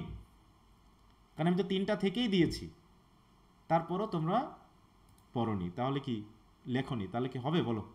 যত তুমি নিজেকে ফাঁকি দিবে, এখানে 2 বলা হয়েছে, আসলে 1 হবে, অনেক সময় কপি পেস্ট করতে এরকমটা হয়। তুমি যত নিজেকে ফাঁকি দিবা, আসলে আমাকে ফাঁকি দেওয়া না, তোমাকে ফাঁকি দেওয়া হবে, যে তুমি না লেখা মানে তোমাকে ফাঁকি দেওয়া। তোমার একটা সুযোগ ছিল নিজেকে যাচাই করা, তুমি সেটাকে এড়িয়ে গেছো। আর দয়া করে অজুহাত দিবা না। অনেকের সাথে আমার কথা হয়েছে, হ্যাঁ, যাদেরকে আমি রিমুভ করেছি, কল না দিলে বা জরিমানা না দিলে আমি কিন্তু যুক্ত করতেছি না। তো সেই হিসাবে সবার অজুহাত কি, খুবই সিম্পল অজুহাত, ওসব অজুহাত আমার কাছে খাটবে না। তোমরা যা অজুহাত দেখাও, ও অজুহাতের মধ্য থেকে আমি অনেক পার করে এসেছি, বুঝতে পেরেছো, অনেক আগে এসেছি। অতএব আমাকে কখনো অজুহাত দেখিও না। তুমি চাইলে পারে পড়াশোনা তুমি করতে পারবা, তুমি চাইলেই পারবা, তুমি চাচ্ছ না তাই হচ্ছে না। অনেকে টিউশনি করায় স্যার, আরে টিউশনি কি তুমি রাত 12টাও করাও নাকি, 2টার সময় করাও? বলো, তুমি কি ভোর 5টার সময় টিউশনি করাও? হ্যাঁ, নাকি সারাদিন দুপুরেও টিউশনি করাও? তা তো না। পড়তে চাইলে টিউশনি রুমেও পড়া যায়। আমি বলি আমার পড়ার কথা, আমি পড়াগুলো কভার করেছি, আমি টিউশনিতে গিয়েও পড়তাম। মানে হয়তো স্টুডেন্ট কার্ডে জিনিস লিখতে দিয়েছে, আমার কাছে বই সবসময় থাকতোই, বই সবসময় থাকতো, আমি জানি আমাকে কভার করতে হবে, সেই হিসাবে স্টুডেন্টকে কোনো একটা কিছু লিখতে দিয়ে আমি আমারটা পড়তেছি, এরকমটা ঘটেছে। হয়তো বিশ্বাস করবো না, এমনও হয়েছে, আমি তোমাকে বলি যে তোমাদের ম্যাডামের পিত্তথলিতে পাথর হয়েছিল, ঠিক আছে, পিত্তথলিতে পাথর হয়েছিল, তো অপারেশন থিয়েটারে ওকে ঢোকানো হয়েছে। আমার হাতে কিন্তু একটা বই আছে, ওকে অপারেশন থিয়েটারে ঢুকিয়ে দিয়ে কিন্তু আমি পড়তেছি, বুঝতে পেরেছো? অনেকে বিষয়টা খারাপভাবে নিয়েছে বা নিতে পারতো, বা নিলেও আমার কিছু করার নেই, কারণ জীবনটা আমার, বাকিরা কি ভাবলো না ভাবলো আমার দরকার নেই, ঠিক আছে? তো আমি অপারেশন থিয়েটারে ঢুকিয়ে দিয়েছি মানে আমার আর কিচ্ছু করার নেই। একদিকে সৃষ্টিকর্তাকে স্মরণ করে ডাক্তাররা যেন ভালো মতো তার চিকিৎসা করে, আর বাকিটা হলো আমার জীবন, আমাকে গড়তে হবে ওদের সবার জন্যই। এই জন্য মানুষে কি বলবে এই সকলের মধ্যে নিজেকে বাস্তব ঝুঁকিতে আঘাত, যেমন হচ্ছে মেকে ভেলির মতো, হ্যাঁ, জীবনে আছো মানে তুমি বাস্তবতা দিয়ে চলবা, আবেগ দিয়ে জীবন চলে না, সবসময় বাস্তবতা দিয়ে চলবা, তাহলেই হবে। এক্ষেত্রে মানুষ কি বললো না বললো, মানুষ পিছনে অনেক কথা বলবে, সফল হওয়ার আগেও বলবে, সফল হওয়ার পরেও বলবে। সফল হওয়ার আগে নেগেটিভ কথা বলবে, সফল হওয়ার পরে মনে হবে তাদের সফলতা, তোমার সফলতায় তাদের মনে হয় হেল্প ছাড়া তুমি সফল হতে পারতাই না, এরকম কথা বলবে। এই জন্য নিজেকে ফাঁকি দিবে না। ওকে, তাহলে এটা নিয়ে কথা গেল। এবার আসি, আমি ওই প্রশ্নটা খুঁজে পাচ্ছি না, আমি একটু মেসেঞ্জার থেকে নিই। ওই যে তোমার ইতিহাসের আচ্ছা, তোমরা অনেকটা ইন্দো ইউরোপীয় লিখেছো, ইন্দো ইউরোপীয় কি ভাষা বলো তো, না ওটা ভাষা গোষ্ঠী? বলো তো। ভাষা গোষ্ঠী। ইন্দো ইউরোপীয় কি তোমাদের বইয়ে কি ভাষা বলে দেওয়া আছে যে ইন্দো ইউরোপীয় ভাষা? না স্যার, না স্যার, তো ভাষা গোষ্ঠী তো স্যার। ইউরোপীয় ভাষা থেকে আসছে এই কথা লিখছো। দাঁড়া, আমি প্রশ্নটা এখান থেকে নিই, আমি কোথায় লিখে রাখছি আমি খুঁজে পাচ্ছি না।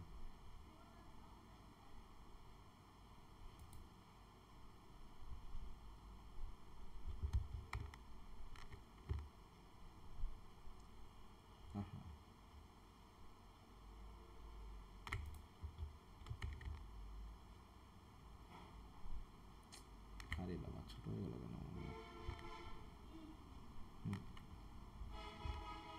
আচ্ছা সরি, আমি একটু কল ধরে নিই।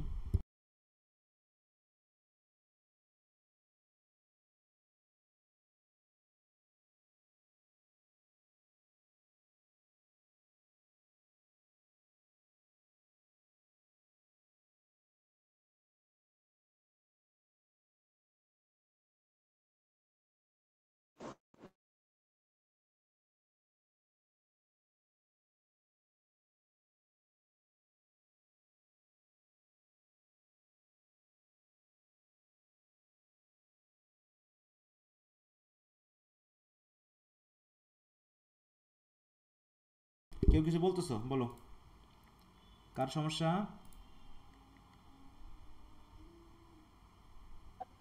স্যার আমি বলতেছিলাম আমার পোয়েট্রি নিয়ে একটা প্রবলেম ছিল। পোয়েট্রি কি এখন আমি বলে গেছি? পোয়েট্রি নিয়ে কেন সমস্যা এখন? স্যার আমি ইমপ্রুভমেন্টের গ্রুপ থেকে জয়েন হয়েছি, তো আমি পোয়েট্রি এখন ধরছি এর জন্য। আমাদের স্টাডি প্ল্যানের বাইরে তো আমরা কথা বলবো না, ঠিক আছে? স্টাডি প্ল্যানে আমাদের এই সপ্তাহ থেকেই পোয়েট্রি শুরু হবে, তখন আমরা কথা বলবো রবিবারে পোয়েট্রি নিয়ে। তুমি কি স্টাডি প্ল্যানটা দেখছো? জি স্যার দেখছি। হ্যাঁ, তাহলে ওই অনুসারে আমাদের কথা চলবে। তা বলো, যদি সিম্পল কথা হয় তো কি বলতে চাচ্ছ সেটা একটু শুনি। স্যার একটা আমাদের প্রশ্ন আছে না যে শেক্সপিয়ারের যে সনেট 18 এর সাবটাইটেলটা কি? হ্যাঁ তো ওটার ফার্স্ট লাইনটাই হচ্ছে এটার সাবটাইটেল, আপনার উত্তরে এটা দেওয়া ছিল। কিন্তু আচ্ছা আমার একটা বইয়ে এটার প্রশ্নের উত্তরটা দেওয়া আছে on the power of poetry, মানে এটার সাবটাইটেলটা হচ্ছে অন দা পাওয়ার অফ আর পোয়েট্রি। ওটা পাওয়ার অফ পোয়েট্রি তো থিম, ওটা সাবটাইটেল হবে কেন? ওটা না সাবটাইটেল, ওটা টাইটেল মানে কি নাম। তুমি কি নামে তাকে জি হয় তুমি সনেট 18 বলো, আর নাই shall I compare thee to a summer's day বলো। তো on the power of poetry এটা তো তোমার ইয়া না। হ্যাঁ আচ্ছা ঠিক আছে স্যার। আচ্ছা, তো ঠিক আছে, তাহলে আমরা যেটা আসছিলাম একটু ইতিহাসের ওই জায়গাটা একটু যাই। উম,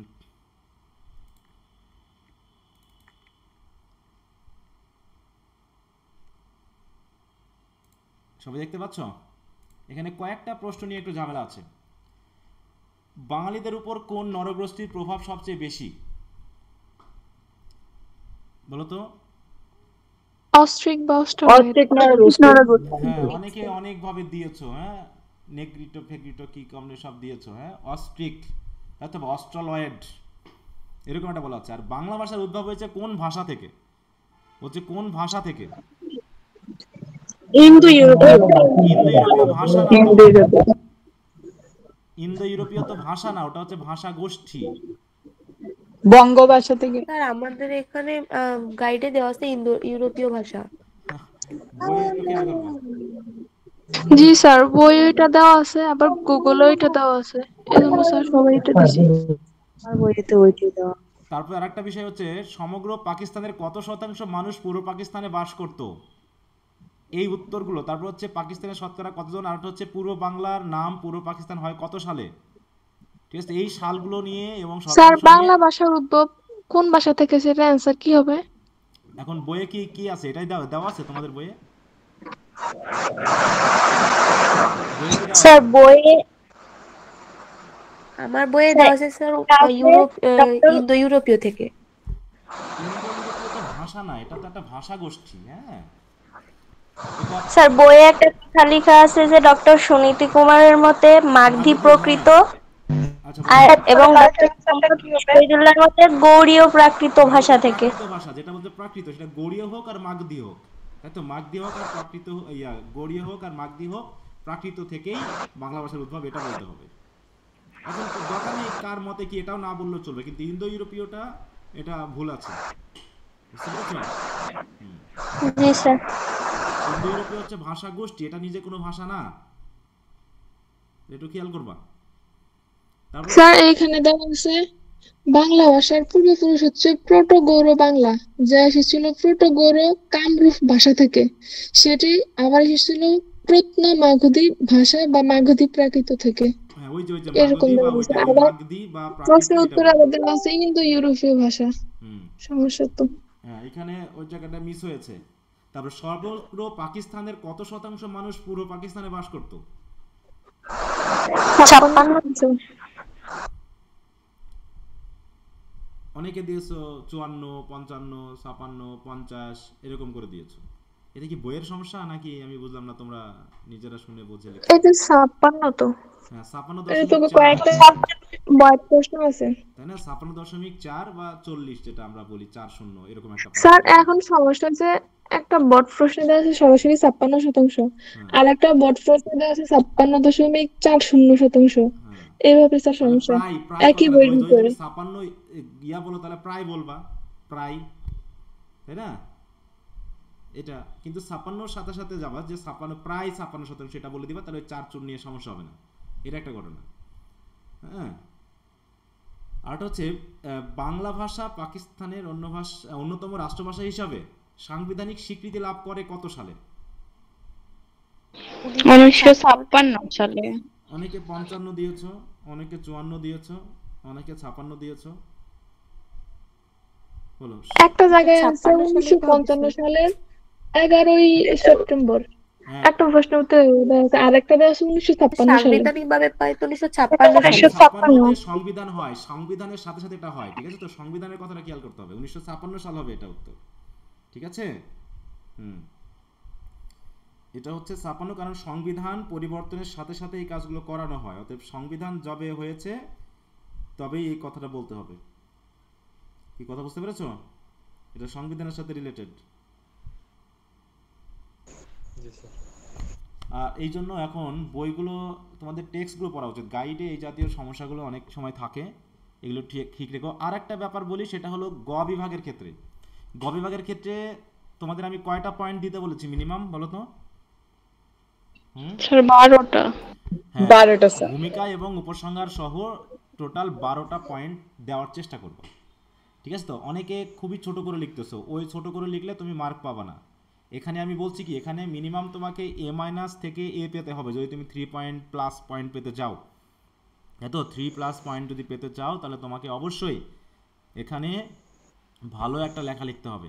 আর এখানে ভালো নাম্বার পাওয়া সম্ভব, পয়েন্ট পাওয়া সম্ভব, সেটা যদি তুমি এখন হাতে পেয়েও যদি গুরুত্বহীন করে ছেড়ে দাও, তাহলে ফার্স্ট ইয়ার সেকেন্ড ইয়ারে যেটা পাওয়ার কথা ছিল সেটা তুমি পরে গিয়ে আফসোস করবা যে এই জায়গাগুলোতে ভালো মার্ক তোলার একটা সম্ভাবনা ছিল, কিন্তু দুঃখের বিষয় আমি ওগুলো গুরুত্ব দেই নাই। আমি তোমাদেরকে পড়তে দিচ্ছি, তাই তো, পরীক্ষা নিচ্ছি, তারপরেও তোমরা যদি গুরুত্ব না দাও তাহলে এটা কেমন হয় না? মানে এটা খুবই খারাপ ব্যাপার লাগে আমার কাছে, যে একটা কমপ্লিট প্রিপারেশন তুমি এখানে পাচ্ছ, মানে কোনো দিকে তাকানোর প্রয়োজন নেই, জাস্ট তুমি আমাকে বিশ্বাস করে পড়বা, এইটুকুও হচ্ছে না। হ্যাঁ, যে তুমি যখন আমার কাছে এসেছো তখন আর কোনো দিকে তাকানোর দরকার নেই, তুমি এখানে সব কিছু পেয়ে যাচ্ছ, সব ডিরেকশন তুমি পাচ্ছ, কিন্তু তারপরেও এলোমেলো ভাব এইভাবে চলতে চলতে চলতে চলতে ধাক্কা দিতে দিতে দিতে পরীক্ষার সময় চলে আসবে, হইচই বাধাই দিবা, ফর্ম ফিল আপ শুরু হয়ে যাবে আর কদিন পর, এইরকম কান্নাকাটি শুরু হয়ে যাবে, স্যার এবছর দেবো না পরের বছর দেবো, এ হলো সে হলো, কত কিছু করে কোনো রকম পরীক্ষাটা তো দিবাই, তারপরে রেজাল্টের পরে হবে 80%-এর প্রমোটেড হয়েছে কিন্তু এটাই ফেল সেটাই ফেল, এতগুলোতে ইমপ্রুভ দিতে হবে, এই নিয়ে যে লেস টানাটানি শুরু হয়ে যাবে পুরো 4 বছর। তো এই জন্য এখনও সময় আছে, 3-4 মাস এখনও সময় আছে, নিজেকে ভালো করা যায়, একটু সময় দিতে হবে, 7-8 ঘন্টা পড়াশোনা করতে হবে তোমাকে দিনে মিনিমাম।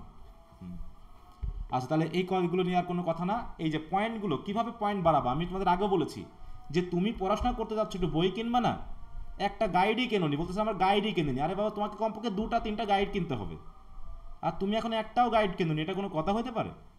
হ্যাঁ, টাকা পয়সা ব্যয় না করে পড়াশোনা হয়?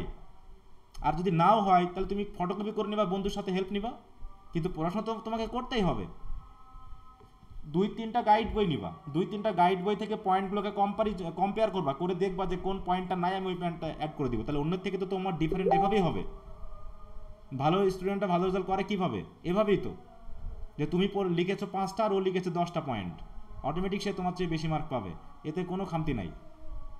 অতএব একটা না, 2টা না, 2-3টা গাইড থাকবে, একটা প্রশ্নের উত্তর আমি কম্পারেটিভলি স্টাডি করে দেখবো, তারপরে ওগুলো করবো।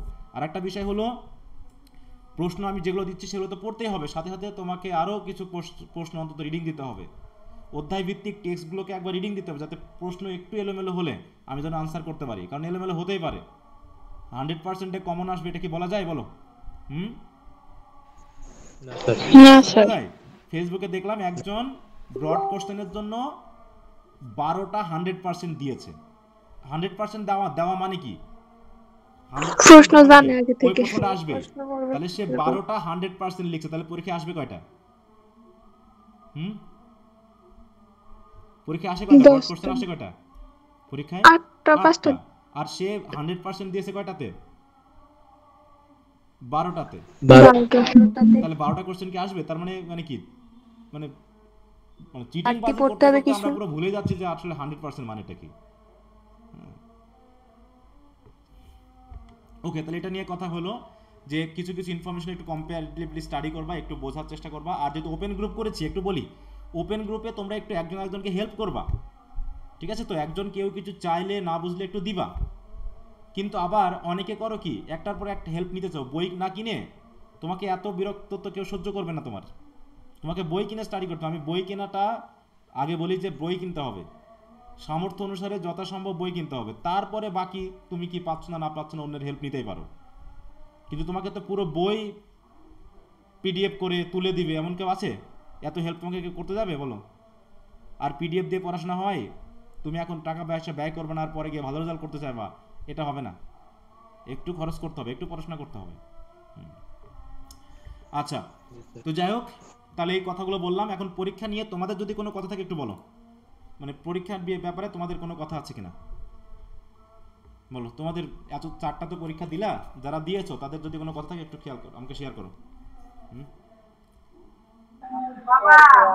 স্যার আমাদের পরীক্ষায় যে মার্কিং সিস্টেমটা এটা করলে ভালো হতো না? মার্কিংটা আমি করব, প্রথম অবস্থায় আমি মার্কিং করি না, কারণ পরীক্ষায় এত মানে কম লিখতেছো। আমি প্রথমে ডিরেকশন দিচ্ছি, ডিরেকশনগুলো মানো, তারপরে যখন পরীক্ষা নিব তখন থেকে আমি মার্কিং করব, এখন না। কারণ এখন আমার চলতেছে, তুমি আগে লেখো, কথা বুঝতে পেরেছো? আর আমি তো কথা মন্তব্য করছি না লেখার পরে, কি করতে হবে না করতে হবে তোমার। হ্যাঁ স্যার।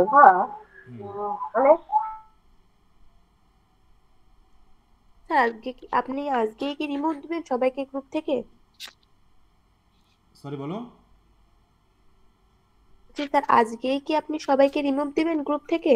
হ্যাঁ, আমি আজকে রাতের মধ্যে রিমুভ দিব, মানে মিড রাতে বা এরকম সময়ে দিয়ে দিব, দিয়ে কালকে সকালের মধ্যে তোমরা আমাকে থেকে কোডটা চেয়ে নিবা।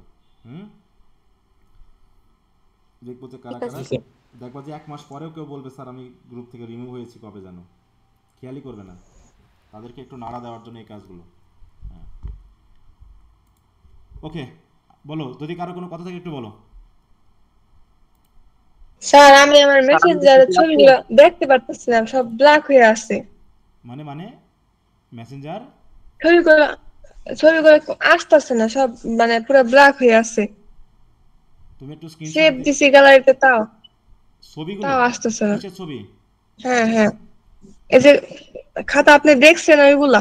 হ্যাঁ, ওটা একটু বলি। হ্যাঁ, একটা সমস্যা হচ্ছে অনেকে খাতা তোমরা একটু বেশি রেজুলেশনে দেওয়ার কারণে ওই খাতাগুলো এখানে ওই নেটে পারে না, বা যে কোনো কারণে হোক ওইগুলো ব্ল্যাক হয়ে থাকে, ঠিক আছে? তো এই জন্য একটু রেজুলেশনটা কমিয়ে দেবা যখন ছবি তুলবা, বুঝতে পারছো? কি স্যার ব্রাইটনেস না, রেজুলেশন, সাইজ, তাই তো? হ্যাঁ, ওর যে ছোট করে দেব। হ্যাঁ, একটু মানে দেখবা যে ছবির থাকে সাইজ বলতে, এখানে বুঝো তো, সাইজ মানে হচ্ছে জাস্ট ওই এই সাইজ না, ঠিক আছে? তো এই ইন্টারনেট জগতে সাইজ বলতে তার কি বোঝায়, সে কতখানি জায়গা নেয় বা তার কতখানি শক্তি আছে সেটাকে বোঝায়, বুঝতে পেরেছো? একটা ফাইল হচ্ছে 5 MB আর একটা ফাইল হচ্ছে মনে করো 5 KB, তাহলে কে এখানে জায়গা বেশি নিয়েছে, কে বড়? এমবি। হ্যাঁ, 5 MB বড়। 5 MB বড়। তাই এই জায়গাটা একটু কমাবে, তা না হলে দেখাচ্ছে অনেক সময় ওই তোমার ওদিকে নেটে হোক বা এদিকে হোক, আমার কারণে হোক, এই জায়গায় খাতাগুলো দেখতে আমার খুব অসুবিধা হয়। হ্যাঁ, দেখাচ্ছে আমি দেখতেছি কিন্তু পুরো ব্ল্যাক হয়ে আছে, ওটা আমি কিছু আসতেছে ঠিক আছে, আবার কিছু দেখো এইচডি লেখা থাকে। হ্যাঁ, এইচডি লেখা থাকে যে ছবিগুলোই, ওইখানে সমস্যা হয় বেশি। হ্যাঁ, এইচডি কোয়ালিটি। তাহলে আমি ওগুলা কিভাবে দেখবো? আসবে না পরে? এখন আমি কিভাবে তোমাকে দেখাবো বলো? আমি কিভাবে দেখাবো তোমাকে? তাহলে আমার বাড়িতে আসতে হবে, অথবা আমাকে তোমার বাড়িতে যেতে হবে, আর না হয় তোমাকে ছবিগুলো ওই স্ট্যান্ডার্ডটা কমিয়ে দিতে হবে, ঠিক আছে? তো আর যেগুলো তো ওগুলো তো কমাইতে পারবো না, পরের গুলো ঠিক করো। হ্যাঁ, তাহলে ওইগুলো ঠিক করে দিও, ওই জন্য আমি বলছি ওইগুলো ঠিক করে দিবা। হ্যাঁ, আচ্ছা। আর কারো কোনো সমস্যা আছে? স্যার আমার একটা কথা আছে। হ্যাঁ, বলো, আমি তো অপেক্ষা করতেছি তোমাদের কথা, তারপর আমি তো এদিকে স্যার আপনি কোশ্চেন আনসার গুলো দিয়েছেন, ওটা কি আমার পিডিএফ বের করে পড়বো না মোবাইল দেখেই পড়বো? সেটা তোমার মোবাইল দেখে পড়তে অসুবিধা। তাহলে সেটা তোমার সুবিধা অসুবিধার ব্যাপার, এটা তো আমার কোনো ব্যাপার না। আমি তোমাকে জোর করে বলবো তোমাকে পিডিএফ করতেই হবে, মানে প্রিন্ট করতেই হবে, বলতে পারি আমি? বাকি সহপাঠীরা কিভাবে পড়ে এটা একটু যদি জানতাম। হ্যাঁ, সেটা তুমি গ্রুপে করবা, যার টাকা আছে সে প্রিন্ট করে পড়ে, অনেকে তো প্রিন্ট করে নেয়, অনেকে মোবাইলেই পড়ে, অনেকে খাতায় নোট করে নেয়। হ্যাঁ, অনেকে খাতায় নোট করে নেয়, বিভিন্ন ভাবে যে যেমন পারতেছে। আর স্যার যে উত্তরগুলো দেখতেন কমপ্লেক্স না, তোমার কথা বোঝা গেল না, আবার বলো। নেটের জন্য তোমার কথা বোঝা যায়নি, আবার বলো। বলছি স্যার আপনি যে যে উত্তরগুলো লিখে দিয়েছেন এগুলো কমপ্লেক্স কম্পাউন্ড সেন্টেন্সে বেশি, এগুলো যদি সিম্পল সেন্টেন্সে একটু দিতেন। সিম্পল সেন্টেন্স তোমার তো বই আছে, তাহলে তুমি বই থেকে পড়ো। বলো তুমি একটা জি স্যার। স্ট্যান্ডার্ড লিখবা। তুমি কি 5-7 এর ক্লাস স্টুডেন্ট, 10 এর স্টুডেন্ট, এইচএসসি এর স্টুডেন্ট, না অনার্সের স্টুডেন্ট? না স্যার, তাহলে অনার্স। তুমি এখন ওই 10 এর মতো যদি স্যার সিম্পল করে ছোট ছোট করে লেখা, সিম্পল সেন্টেন্সে লেখা কোনোদিন ফ্লো থাকে? বলো, সিম্পল সেন্টেন্স তুমি একটা জিনিস লিখে ফ্লো স্যার না স্যার। ফ্লো আনতে পারবা? এই সেন্টেন্সটা কেমন লাগবে শুনতে? আমি যেটা কমপ্লেক্স থেকে যদি আমি সিম্পলে তোমাকে দিই, কেমন লাগে একটু শোনো তো। মনে করো এখানে কি আছে একটা সেন্টেন্স, মনে করো আমি একটু দেখি। দেখো এই যে সেন্টেন্সগুলো যখন আমি একটা ফ্লো দিচ্ছি, এই জায়গাটা মনে করো একটা ফ্লো আছে, তাই না? এখানে কয়টা দেওয়া আছে? এখানে কয়টা ক্লজ আছে এখানে?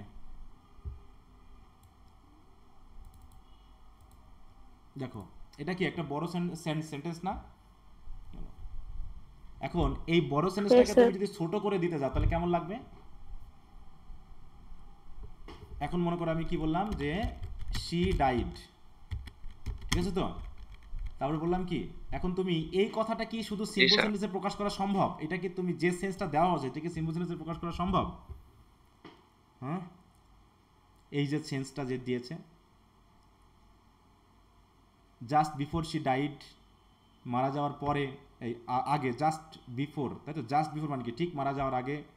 She asks Elizabeth and me to go to her room. তাহলে এখানে জাস্ট বিফোর শি ডাইড, এই তথ্যটা যদি তুমি সিম্পলে দিতে চাও তাহলে কি দিব বলো? তো এই জন্য তোমাকে স্ট্যান্ডার্ড একটা উত্তর তুমি পেতে চাইছো 3.30 উপরে নাম্বার, 3 পয়েন্ট পেতে যাচ্ছ, আর তুমি সিম্পল সেন্টেন্সে লিখবা, এটা কি হবে বলো? না। হ্যাঁ, এই জন্য তোমার সক্ষমতা একটু বাড়াতে হবে। আমি মানে তোমার জন্য কি স্ট্যান্ডার্ড নিচে নামবে না তুমি স্ট্যান্ডার্ডে উঠবা? কোনটা মানে তুমি উঠবা না সে নামবে? বলো তো কোনটা করতে হবে? আমি উঠবো। হ্যাঁ, তোমাকে উঠতে হবে। আমাদের হ্যাঁ, আমি যদি নেমে তোমার কাছে যাই তাহলে তো হবে না, তোমাকে আমাকে তুলতে হবে। তো শেখানোর জায়গা তো এই জায়গায় যে তোমাকে আমারে তুলে আনতে হবে এই জায়গায়, যে এইভাবে প্র্যাকটিস করো। তুমি যদি ফার্স্ট ইয়ার থেকে এইভাবে প্র্যাকটিস করতে করতে যাও তাহলে দেখবা যে ওই স্ট্যান্ডার্ড লেভেলটা বেড়ে যাচ্ছে। তুমি জানো আইএলটিএস এর রাইটিং এর সবচেয়ে মার্ক কোনটাতে বেশি হয়? ওখানে যত বেশি তুমি কমপ্লেক্স কম্পাউন্ড সেন্টেন্সের ব্যবহার দেখাতে পারবা, ঠিক আছে তো? সিম্পল সেন্টেন্স কোনো না, স্ট্যান্ডার্ড না, ঠিক আছে তো? ওর ভিতরে কোয়ালিটি থাকে না, এবং ওর ভিতরে যে ফ্লোটা, তথ্যের যে ফ্লোটা, সেই ফ্লোটা থাকে না। এই জন্য একবার যদি তুমি সিম্পল কমপ্লেক্স সেন্টেন্সের ব্যাপারগুলো জেনে যাবে, এই জন্য তো আমি ক্লজ আলোচনা করেছিলাম। ক্লজের আছে না, ক্লাস আছে না, ক্লজের ক্লাস আছে, ক্লজ ফ্রেজের। জি স্যার, ক্লজ ফ্রেজ কিন্তু সিম্পল কমপ্লেক্স কম্পাউন্ডের উপরে রিডিং স্কিলসই বুঝিয়েছি। তো দয়া করে ওখানে ক্লজ ফ্রেজ এবং সিম্পল কমপ্লেক্স কম্পাউন্ড যেটা বোঝানো আছে ওইগুলো একটু ক্লাসগুলো দেখে নিও। অ্যাক্টিভ প্যাসিভ বোঝানো আছে। হ্যাঁ, তাহলে ওই জায়গাগুলো দেখলে তোমার এই জায়গাগুলো ক্লিয়ার হবে। বুঝতে পারলাম যে ভালো মার্ক পেতে চাও কিন্তু স্যার সহজে কিভাবে পাওয়া যায়, এই প্রশ্নের উত্তর তোমার স্টুডেন্ট যদি তোমাকে করে তুমি কি উত্তর দিবা বলো? তোমার স্টুডেন্ট বলতে স্যার আমি সহজেই ভালো মার্ক পেতে চাই, তোমার মনে করো তুমি একটা টিউশনই করাও, তুমি কি বলবা? কি বলবো বলো? আমি বললাম তো নকল করো, এছাড়া কোনো উপায় আছে? নকল করা আছে না? না স্যার। হ্যাঁ, পড়াশোনা করা আর শর্টকাট ওয়ে, এই দুটার মধ্যে একমাত্র পড়াশোনা যদি করতেই হয় তাহলে ভালো মতো করতে হবে, না হলে তোমাকে শর্টকাট ওয়ে অবলম্বন করতে হবে। আর ওই শর্টকাটে তোমার যা রেজাল্ট হবে তুমি তাই নিয়ে সন্তুষ্ট থাকবা। এই আচ্ছা স্যার, আমরা কি শুধু পিডিএফ দেওয়া প্রশ্নগুলো মুখস্থ করব নাকি বইয়ের গুলো আবার বাড়তি করতে হবে? আগে আমারগুলোই শেষ করো, করে তারপরে তোমার শক্তি অনুসারে তুমি আরো বই থেকে কিছু পড়তে পারো। আর কথা হলো তুমি যদি আমারগুলোই পড়ো ওইগুলোতেই মানে বানিয়ে সানিয়ে আরো উত্তর লেখা যাবে। আর ফার্স্ট ইয়ারে খুব একটা কোশ্চেন নিয়ে ঝামেলা হয় না, ঠিক আছে তো? ফার্স্ট ইয়ারে ঘুরে ফিরে দেখবে কোশ্চেনগুলো 2-3টা থাকে, কিন্তু তোমার থার্ড ইয়ার থেকেই মেনলি ঝামেলা শুরু হয়, সেখানে বড় বড় টেক্সট থাকে এবং প্রচুর কোশ্চেন হয়। সেকেন্ড ইয়ারেও কিছু আছে যেখানে প্রচুর কোশ্চেন হয়, কিন্তু ফার্স্ট ইয়ারে যে টেক্সটগুলো আছে সেখানে কোশ্চেনের পরিমাণটা কম হয়। বুঝতে পেরেছো? এই জন্য আমার স্যার আমি তো হ্যাঁ বলো স্যার আমি তো নতুন জয়েন হয়েছি, তাহলে কালকে যে পরীক্ষা হবে ওইটার খাতা কিভাবে জমা দিব? মেসেঞ্জার গ্রুপে কি নাকি না, আপনার ইনবক্সে মেসেঞ্জার দিব? গ্রুপে না, তোমার সাথে আমার যেখানে কথা হয় ওখানে তুমি আগে পরীক্ষাটা দিবা, দিয়ে সুন্দর করে ছবিটা তুলবা স্পষ্ট করে, তারপর ছবিটা রিসাইজ করবা। ছবি রিসাইজ করা মানে বুঝো তো, অনেকে ছবি তুলে হ্যাঁ মনে করে এইভাবেই দিয়ে দাও, যে আশেপাশে যে ফাঁকা জায়গা আছে এগুলোকে সাইজ না করে পুরোটা দিয়ে দাও, তাহলে আমার দেখতে অসুবিধা হয়, আমাকে আবার ওটা সাইজ করে নিতে হয়, সাইজ করে সেটাকে বড় করতে হয়, করে আমাকে দেখতে হয়, এতে আমার সময় যায়। তোমরা একটু সাইজ করা মানে এইভাবে তুলবা যখন, তারপরে পাশ থেকে বাড়তি অংশ কেটে দিয়ে একদম মূল খাতাটুকু পেজটুকু আমাকে সিরিয়ালি পাঠাবা, এবং পেজ নাম্বার ঠিক দিবা, আছে স্যার। স্পষ্ট করে তুলবা এবং সিরিয়ালি পাঠাবা, উল্টাপাল্টা করে না। অনেকে কাট করে পাঠায়, ডান দিকে একটা কাট, বাম দিকে একটা কাট, তাহলে আমাকে আবার সোজা করতে হচ্ছে না। আর যদি নেট ডিস্টার্ব করে তাহলে আমার খুব বিরক্ত হয়ে যাবে ওই সময়। ঠিক আছে স্যার। আচ্ছা, আর কারো কোনো কথা আছে? আর ক্লাসগুলো একটু নিয়মিত করবা, কোনো সমস্যা থাকলে ক্লাসে বলবা, তাহলে আলোচনাটা আরো সুবিধা হয়। আর নাই কল দিবা, কারণ মেসেজে অনেক সময় বলে বলে বোঝানো যায় না, এটা সম্ভব হয় না, অনেক কথা লিখতে হয়, বারবার বলতে হয়, বিপরীতে কথা আসে, কথার প্রেক্ষিতে কথা বলা যায় না এইখানে। আচ্ছা, তাহলে আমরা মোটামুটি একটু আজকে ওপেন একটা আলোচনা করলাম কোশ্চেন, যেহেতু আমাদের কোনো পড়ার টার্গেট ছিল না, এই জন্য আমরা আলোচনা করলাম। আর কোশ্চেনগুলো কীভাবে লিখতে হবে আমি তো রিডিং স্কিলসটা একটু আলোচনা করতে পারলাম না, কারণ এরপর আবার ক্লাস আছে 3rd ইয়ারের। তো এই জায়গাটা আমি একটু রাখলাম, অন্য একদিন পার্ট বি নিয়ে আমরা আলোচনা করব, ঠিক আছে? তো অন্য একদিন আমরা এটা কথা বলবো। প্রথমেই যখন আমরা আবার কোশ্চেন নিয়ে আলোচনা করব তখন প্রথমে এটা আলোচনা করে তারপরে অন্যগুলো আলোচনা করব। হ্যাঁ বলো, কেউ কিছু বলতে চাচ্ছিলা? স্যার আগামী 2-1 মাসের ভিতরে কি আমাদের ফর্ম ফিল আপের ডেট দেওয়ার সম্ভাবনা আছে? অবশ্যই আছে, কারণ 4th ইয়ারের ফর্ম ফিল আপ হয়ে গেছে। মানে 4th ইয়ারের এক্সামের আগে আমাদের ফর্ম ফিল আপ হবে? হ্যাঁ হ্যাঁ হ্যাঁ হ্যাঁ, যেমন 3rd ইয়ারের পরীক্ষা চলছে, ঠিক আছে। ফর্ম ফিল আপ 4th ইয়ারের কিন্তু হয়ে গেছে, মানে জুন জুলাইয়ের ভিতরে? হ্যাঁ, এর ভিতরেই তোমাদের জুন, আচ্ছা মে জুনের মধ্যে তোমাদের ফর্ম ফিল আপ হয়ে যাবে, ঠিক আছে? তো মে জুনের মধ্যে ফর্ম ফিল আপ হয়ে যাবে। এখনো যেহেতু 4th ইয়ারের রুটিনটা দেয়নি, তাহলে ধরে নিলাম যে 4th ইয়ারের পরীক্ষা যদি জুনে শুরু হয়, তাই তো ধরলাম, এখন 1 মাস যেহেতু আছে, মে রুটিন দেওয়ার পর অন্তত 15-20 দিন তো টাইম লাগবেই, তাতে যদি মে মাসের শেষে হোক বা জুনের প্রথমে হোক, তাহলে ওদের পরীক্ষা চলে যাবে কত দূর? জুলাই, মানে জুন জুলাই, জুনের শেষে বা জুলাইয়ের প্রথমে পরীক্ষা জুলাই আগস্ট, তাই না? জুলাই আগস্ট এটুকু তো ধরে রাখতে পারো আইডিয়া করে, জুলাই আগস্ট। তার থেকে যদি এগিয়ে যায় তো এগিয়ে যেতে পারে, কিন্তু ধরে নাও যে জুলাই মাঝামাঝি থেকে আগস্টের মাঝামাঝির মধ্যে তোমাদের পরীক্ষা শুরু হবে, এইটা ভেবে কিন্তু পড়াশোনা করো। ঠিক আছে sir. Sir form fill up করতে কত টাকা লাগে? সেটা তো কলেজের উপর ডিপেন্ড করে, তো বিভিন্ন কলেজে বিভিন্ন ধরনের, এটা বলা যাবে না, কারণ জাতীয় বিশ্ববিদ্যালয়ে একটা ফর্ম থাকে, মানে একটা নির্দিষ্ট টাকা থাকে, তারপরে বাকিটা কলেজের উপর ডিপেন্ড করে কোন কলেজে কত নিবে, কলেজের অবস্থান অনুসারে, খরচ অনুসারে তারা কম বেশি করে, এটা ঠিক আছে? তো 5,000 থেকে 8,000 10,000 মতো ম্যানেজ করে রাখবা, সেটা তোমার সরকারি কোন এলাকায় অবস্থিত, বড় কলেজ না ছোট কলেজ, সেই হিসাবে ধরে একটু আইডিয়া নিয়ে নিবা, ঠিক আছে? তো আর 1 মাস 1.5 মাস টাইম থাকে ফর্ম ফিল আপ করার, মোটামুটি 1 মাস টাইম দেয়, অত টেনশন করো না, হঠাৎ করে 2-4 দিন 3 দিনে হয় না, সেটা কলেজ আবার ডেট দিয়ে দেয়, এর ভিতরে হতে হবে। আচ্ছা, যদি আর কারো কোনো সমস্যা না থাকে তো আজকে এখানে শেষ করছি। আর তাহলে আগামীকালকে তোমাদের কি আছে? পরীক্ষা আছে, তাই তো? এক্সাম আছে। আর তারপর আমি এখানে লিখে দিব, কাল থেকে তোমাদের কিন্তু পোয়েট্রি শুরু হয়ে যাবে। হ্যাঁ, যেহেতু আমাদের রাইটিং স্কিল শেষ, পোয়েট্রির ক্লাসগুলো শুরু হয়ে যাবে, এবং এখানে আমি হয়তোবা যে স্টাডি প্ল্যান আছে সেই স্টাডি প্ল্যান অনুসারে তোমাদের ভিডিও ক্লাসগুলো দেখতে থাকো। আগামী রবিবারে তোমাদের সাথে আবার কথা হবে। তাহলে নেক্সট কি আছে? নেক্সট দিনে তোমাদের মনে হয় সনেট দিয়ে শুরু, নাকি? হ্যাঁ, সনেট 18 আছে, অন ইজ ব্লাইন্ডনেস আছে, যেগুলো সনেট আর লিরিক, মানে এই চারটার কিন্তু আমাদের 6th উইকে।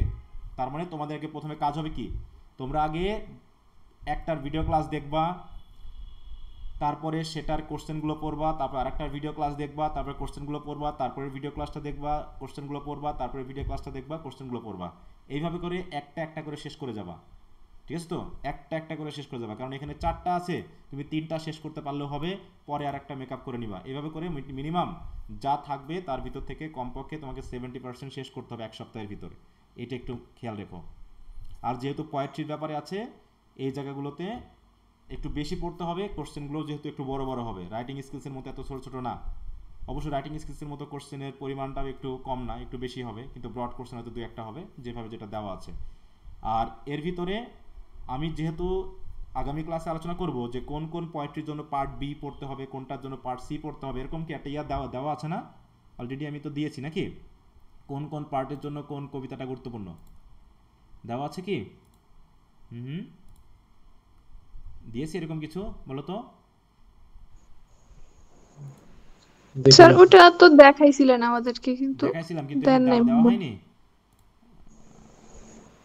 আচ্ছা এখানে অ্যাড করা হয়নি, তাহলে মানে আগের ইয়াতে আছে। আচ্ছা সমস্যা নেই, আমি ওটা দিয়ে দিব, ওটা আমি দিয়ে দিব, হয়তো ফার্স্ট এখানে আছে কিনা, ওটা হয়তো এখানে শেয়ার করা হয়নি, আমি এটা শেয়ার করে দিব। তো সেই হিসাবে তোমরা একটু গুরুত্ব দিয়ে পড়তে পারো, তবে এর ব্যতিক্রম মাঝে মাঝে হয়, একদম যে 100% হবে তা না, কিছু ব্যতিক্রম কিন্তু হয়ও। হ্যাঁ জি স্যার। আচ্ছা তো যাক, ওখানে কোথায় আছে আমি জানি না, নিচের দিকে নিচের দিকে নিচের দিকে নিচের দিকে, এই যে ইম্পর্টেন্ট পয়েন্টস, হ্যাঁ সাজেশন এই অংশে আছে। হ্যাঁ সাজেশন, এটা কি এখানে তাহলে দেওয়া আছে? সাজেশন ভিত্তিক সাজেশন যেহেতু আমি পড়ানোর পরে দিই, একটা করে পড়ানো একটা ইয়ে করে শেষ হবে, আমি সাজেশন দিয়ে দিব, এইভাবে করে আগাতে হবে। হ্যাঁ কারণ আগেই দিলে পারে তোমরা বেশি পড়বা না, কারণ সাজেশন বিট্রে করে না, এখানে এখনো দেওয়া হয়নি, অতএব এটা আমি দিয়ে দিব। ওকে, তো ঠিক আছে, তো সবাইকে ধন্যবাদ আজকে এ পর্যন্ত ক্লাসে যুক্ত হওয়ার জন্য। যারা যুক্ত হওনি একটু দয়া করে যুক্ত হলে ভালো হতো।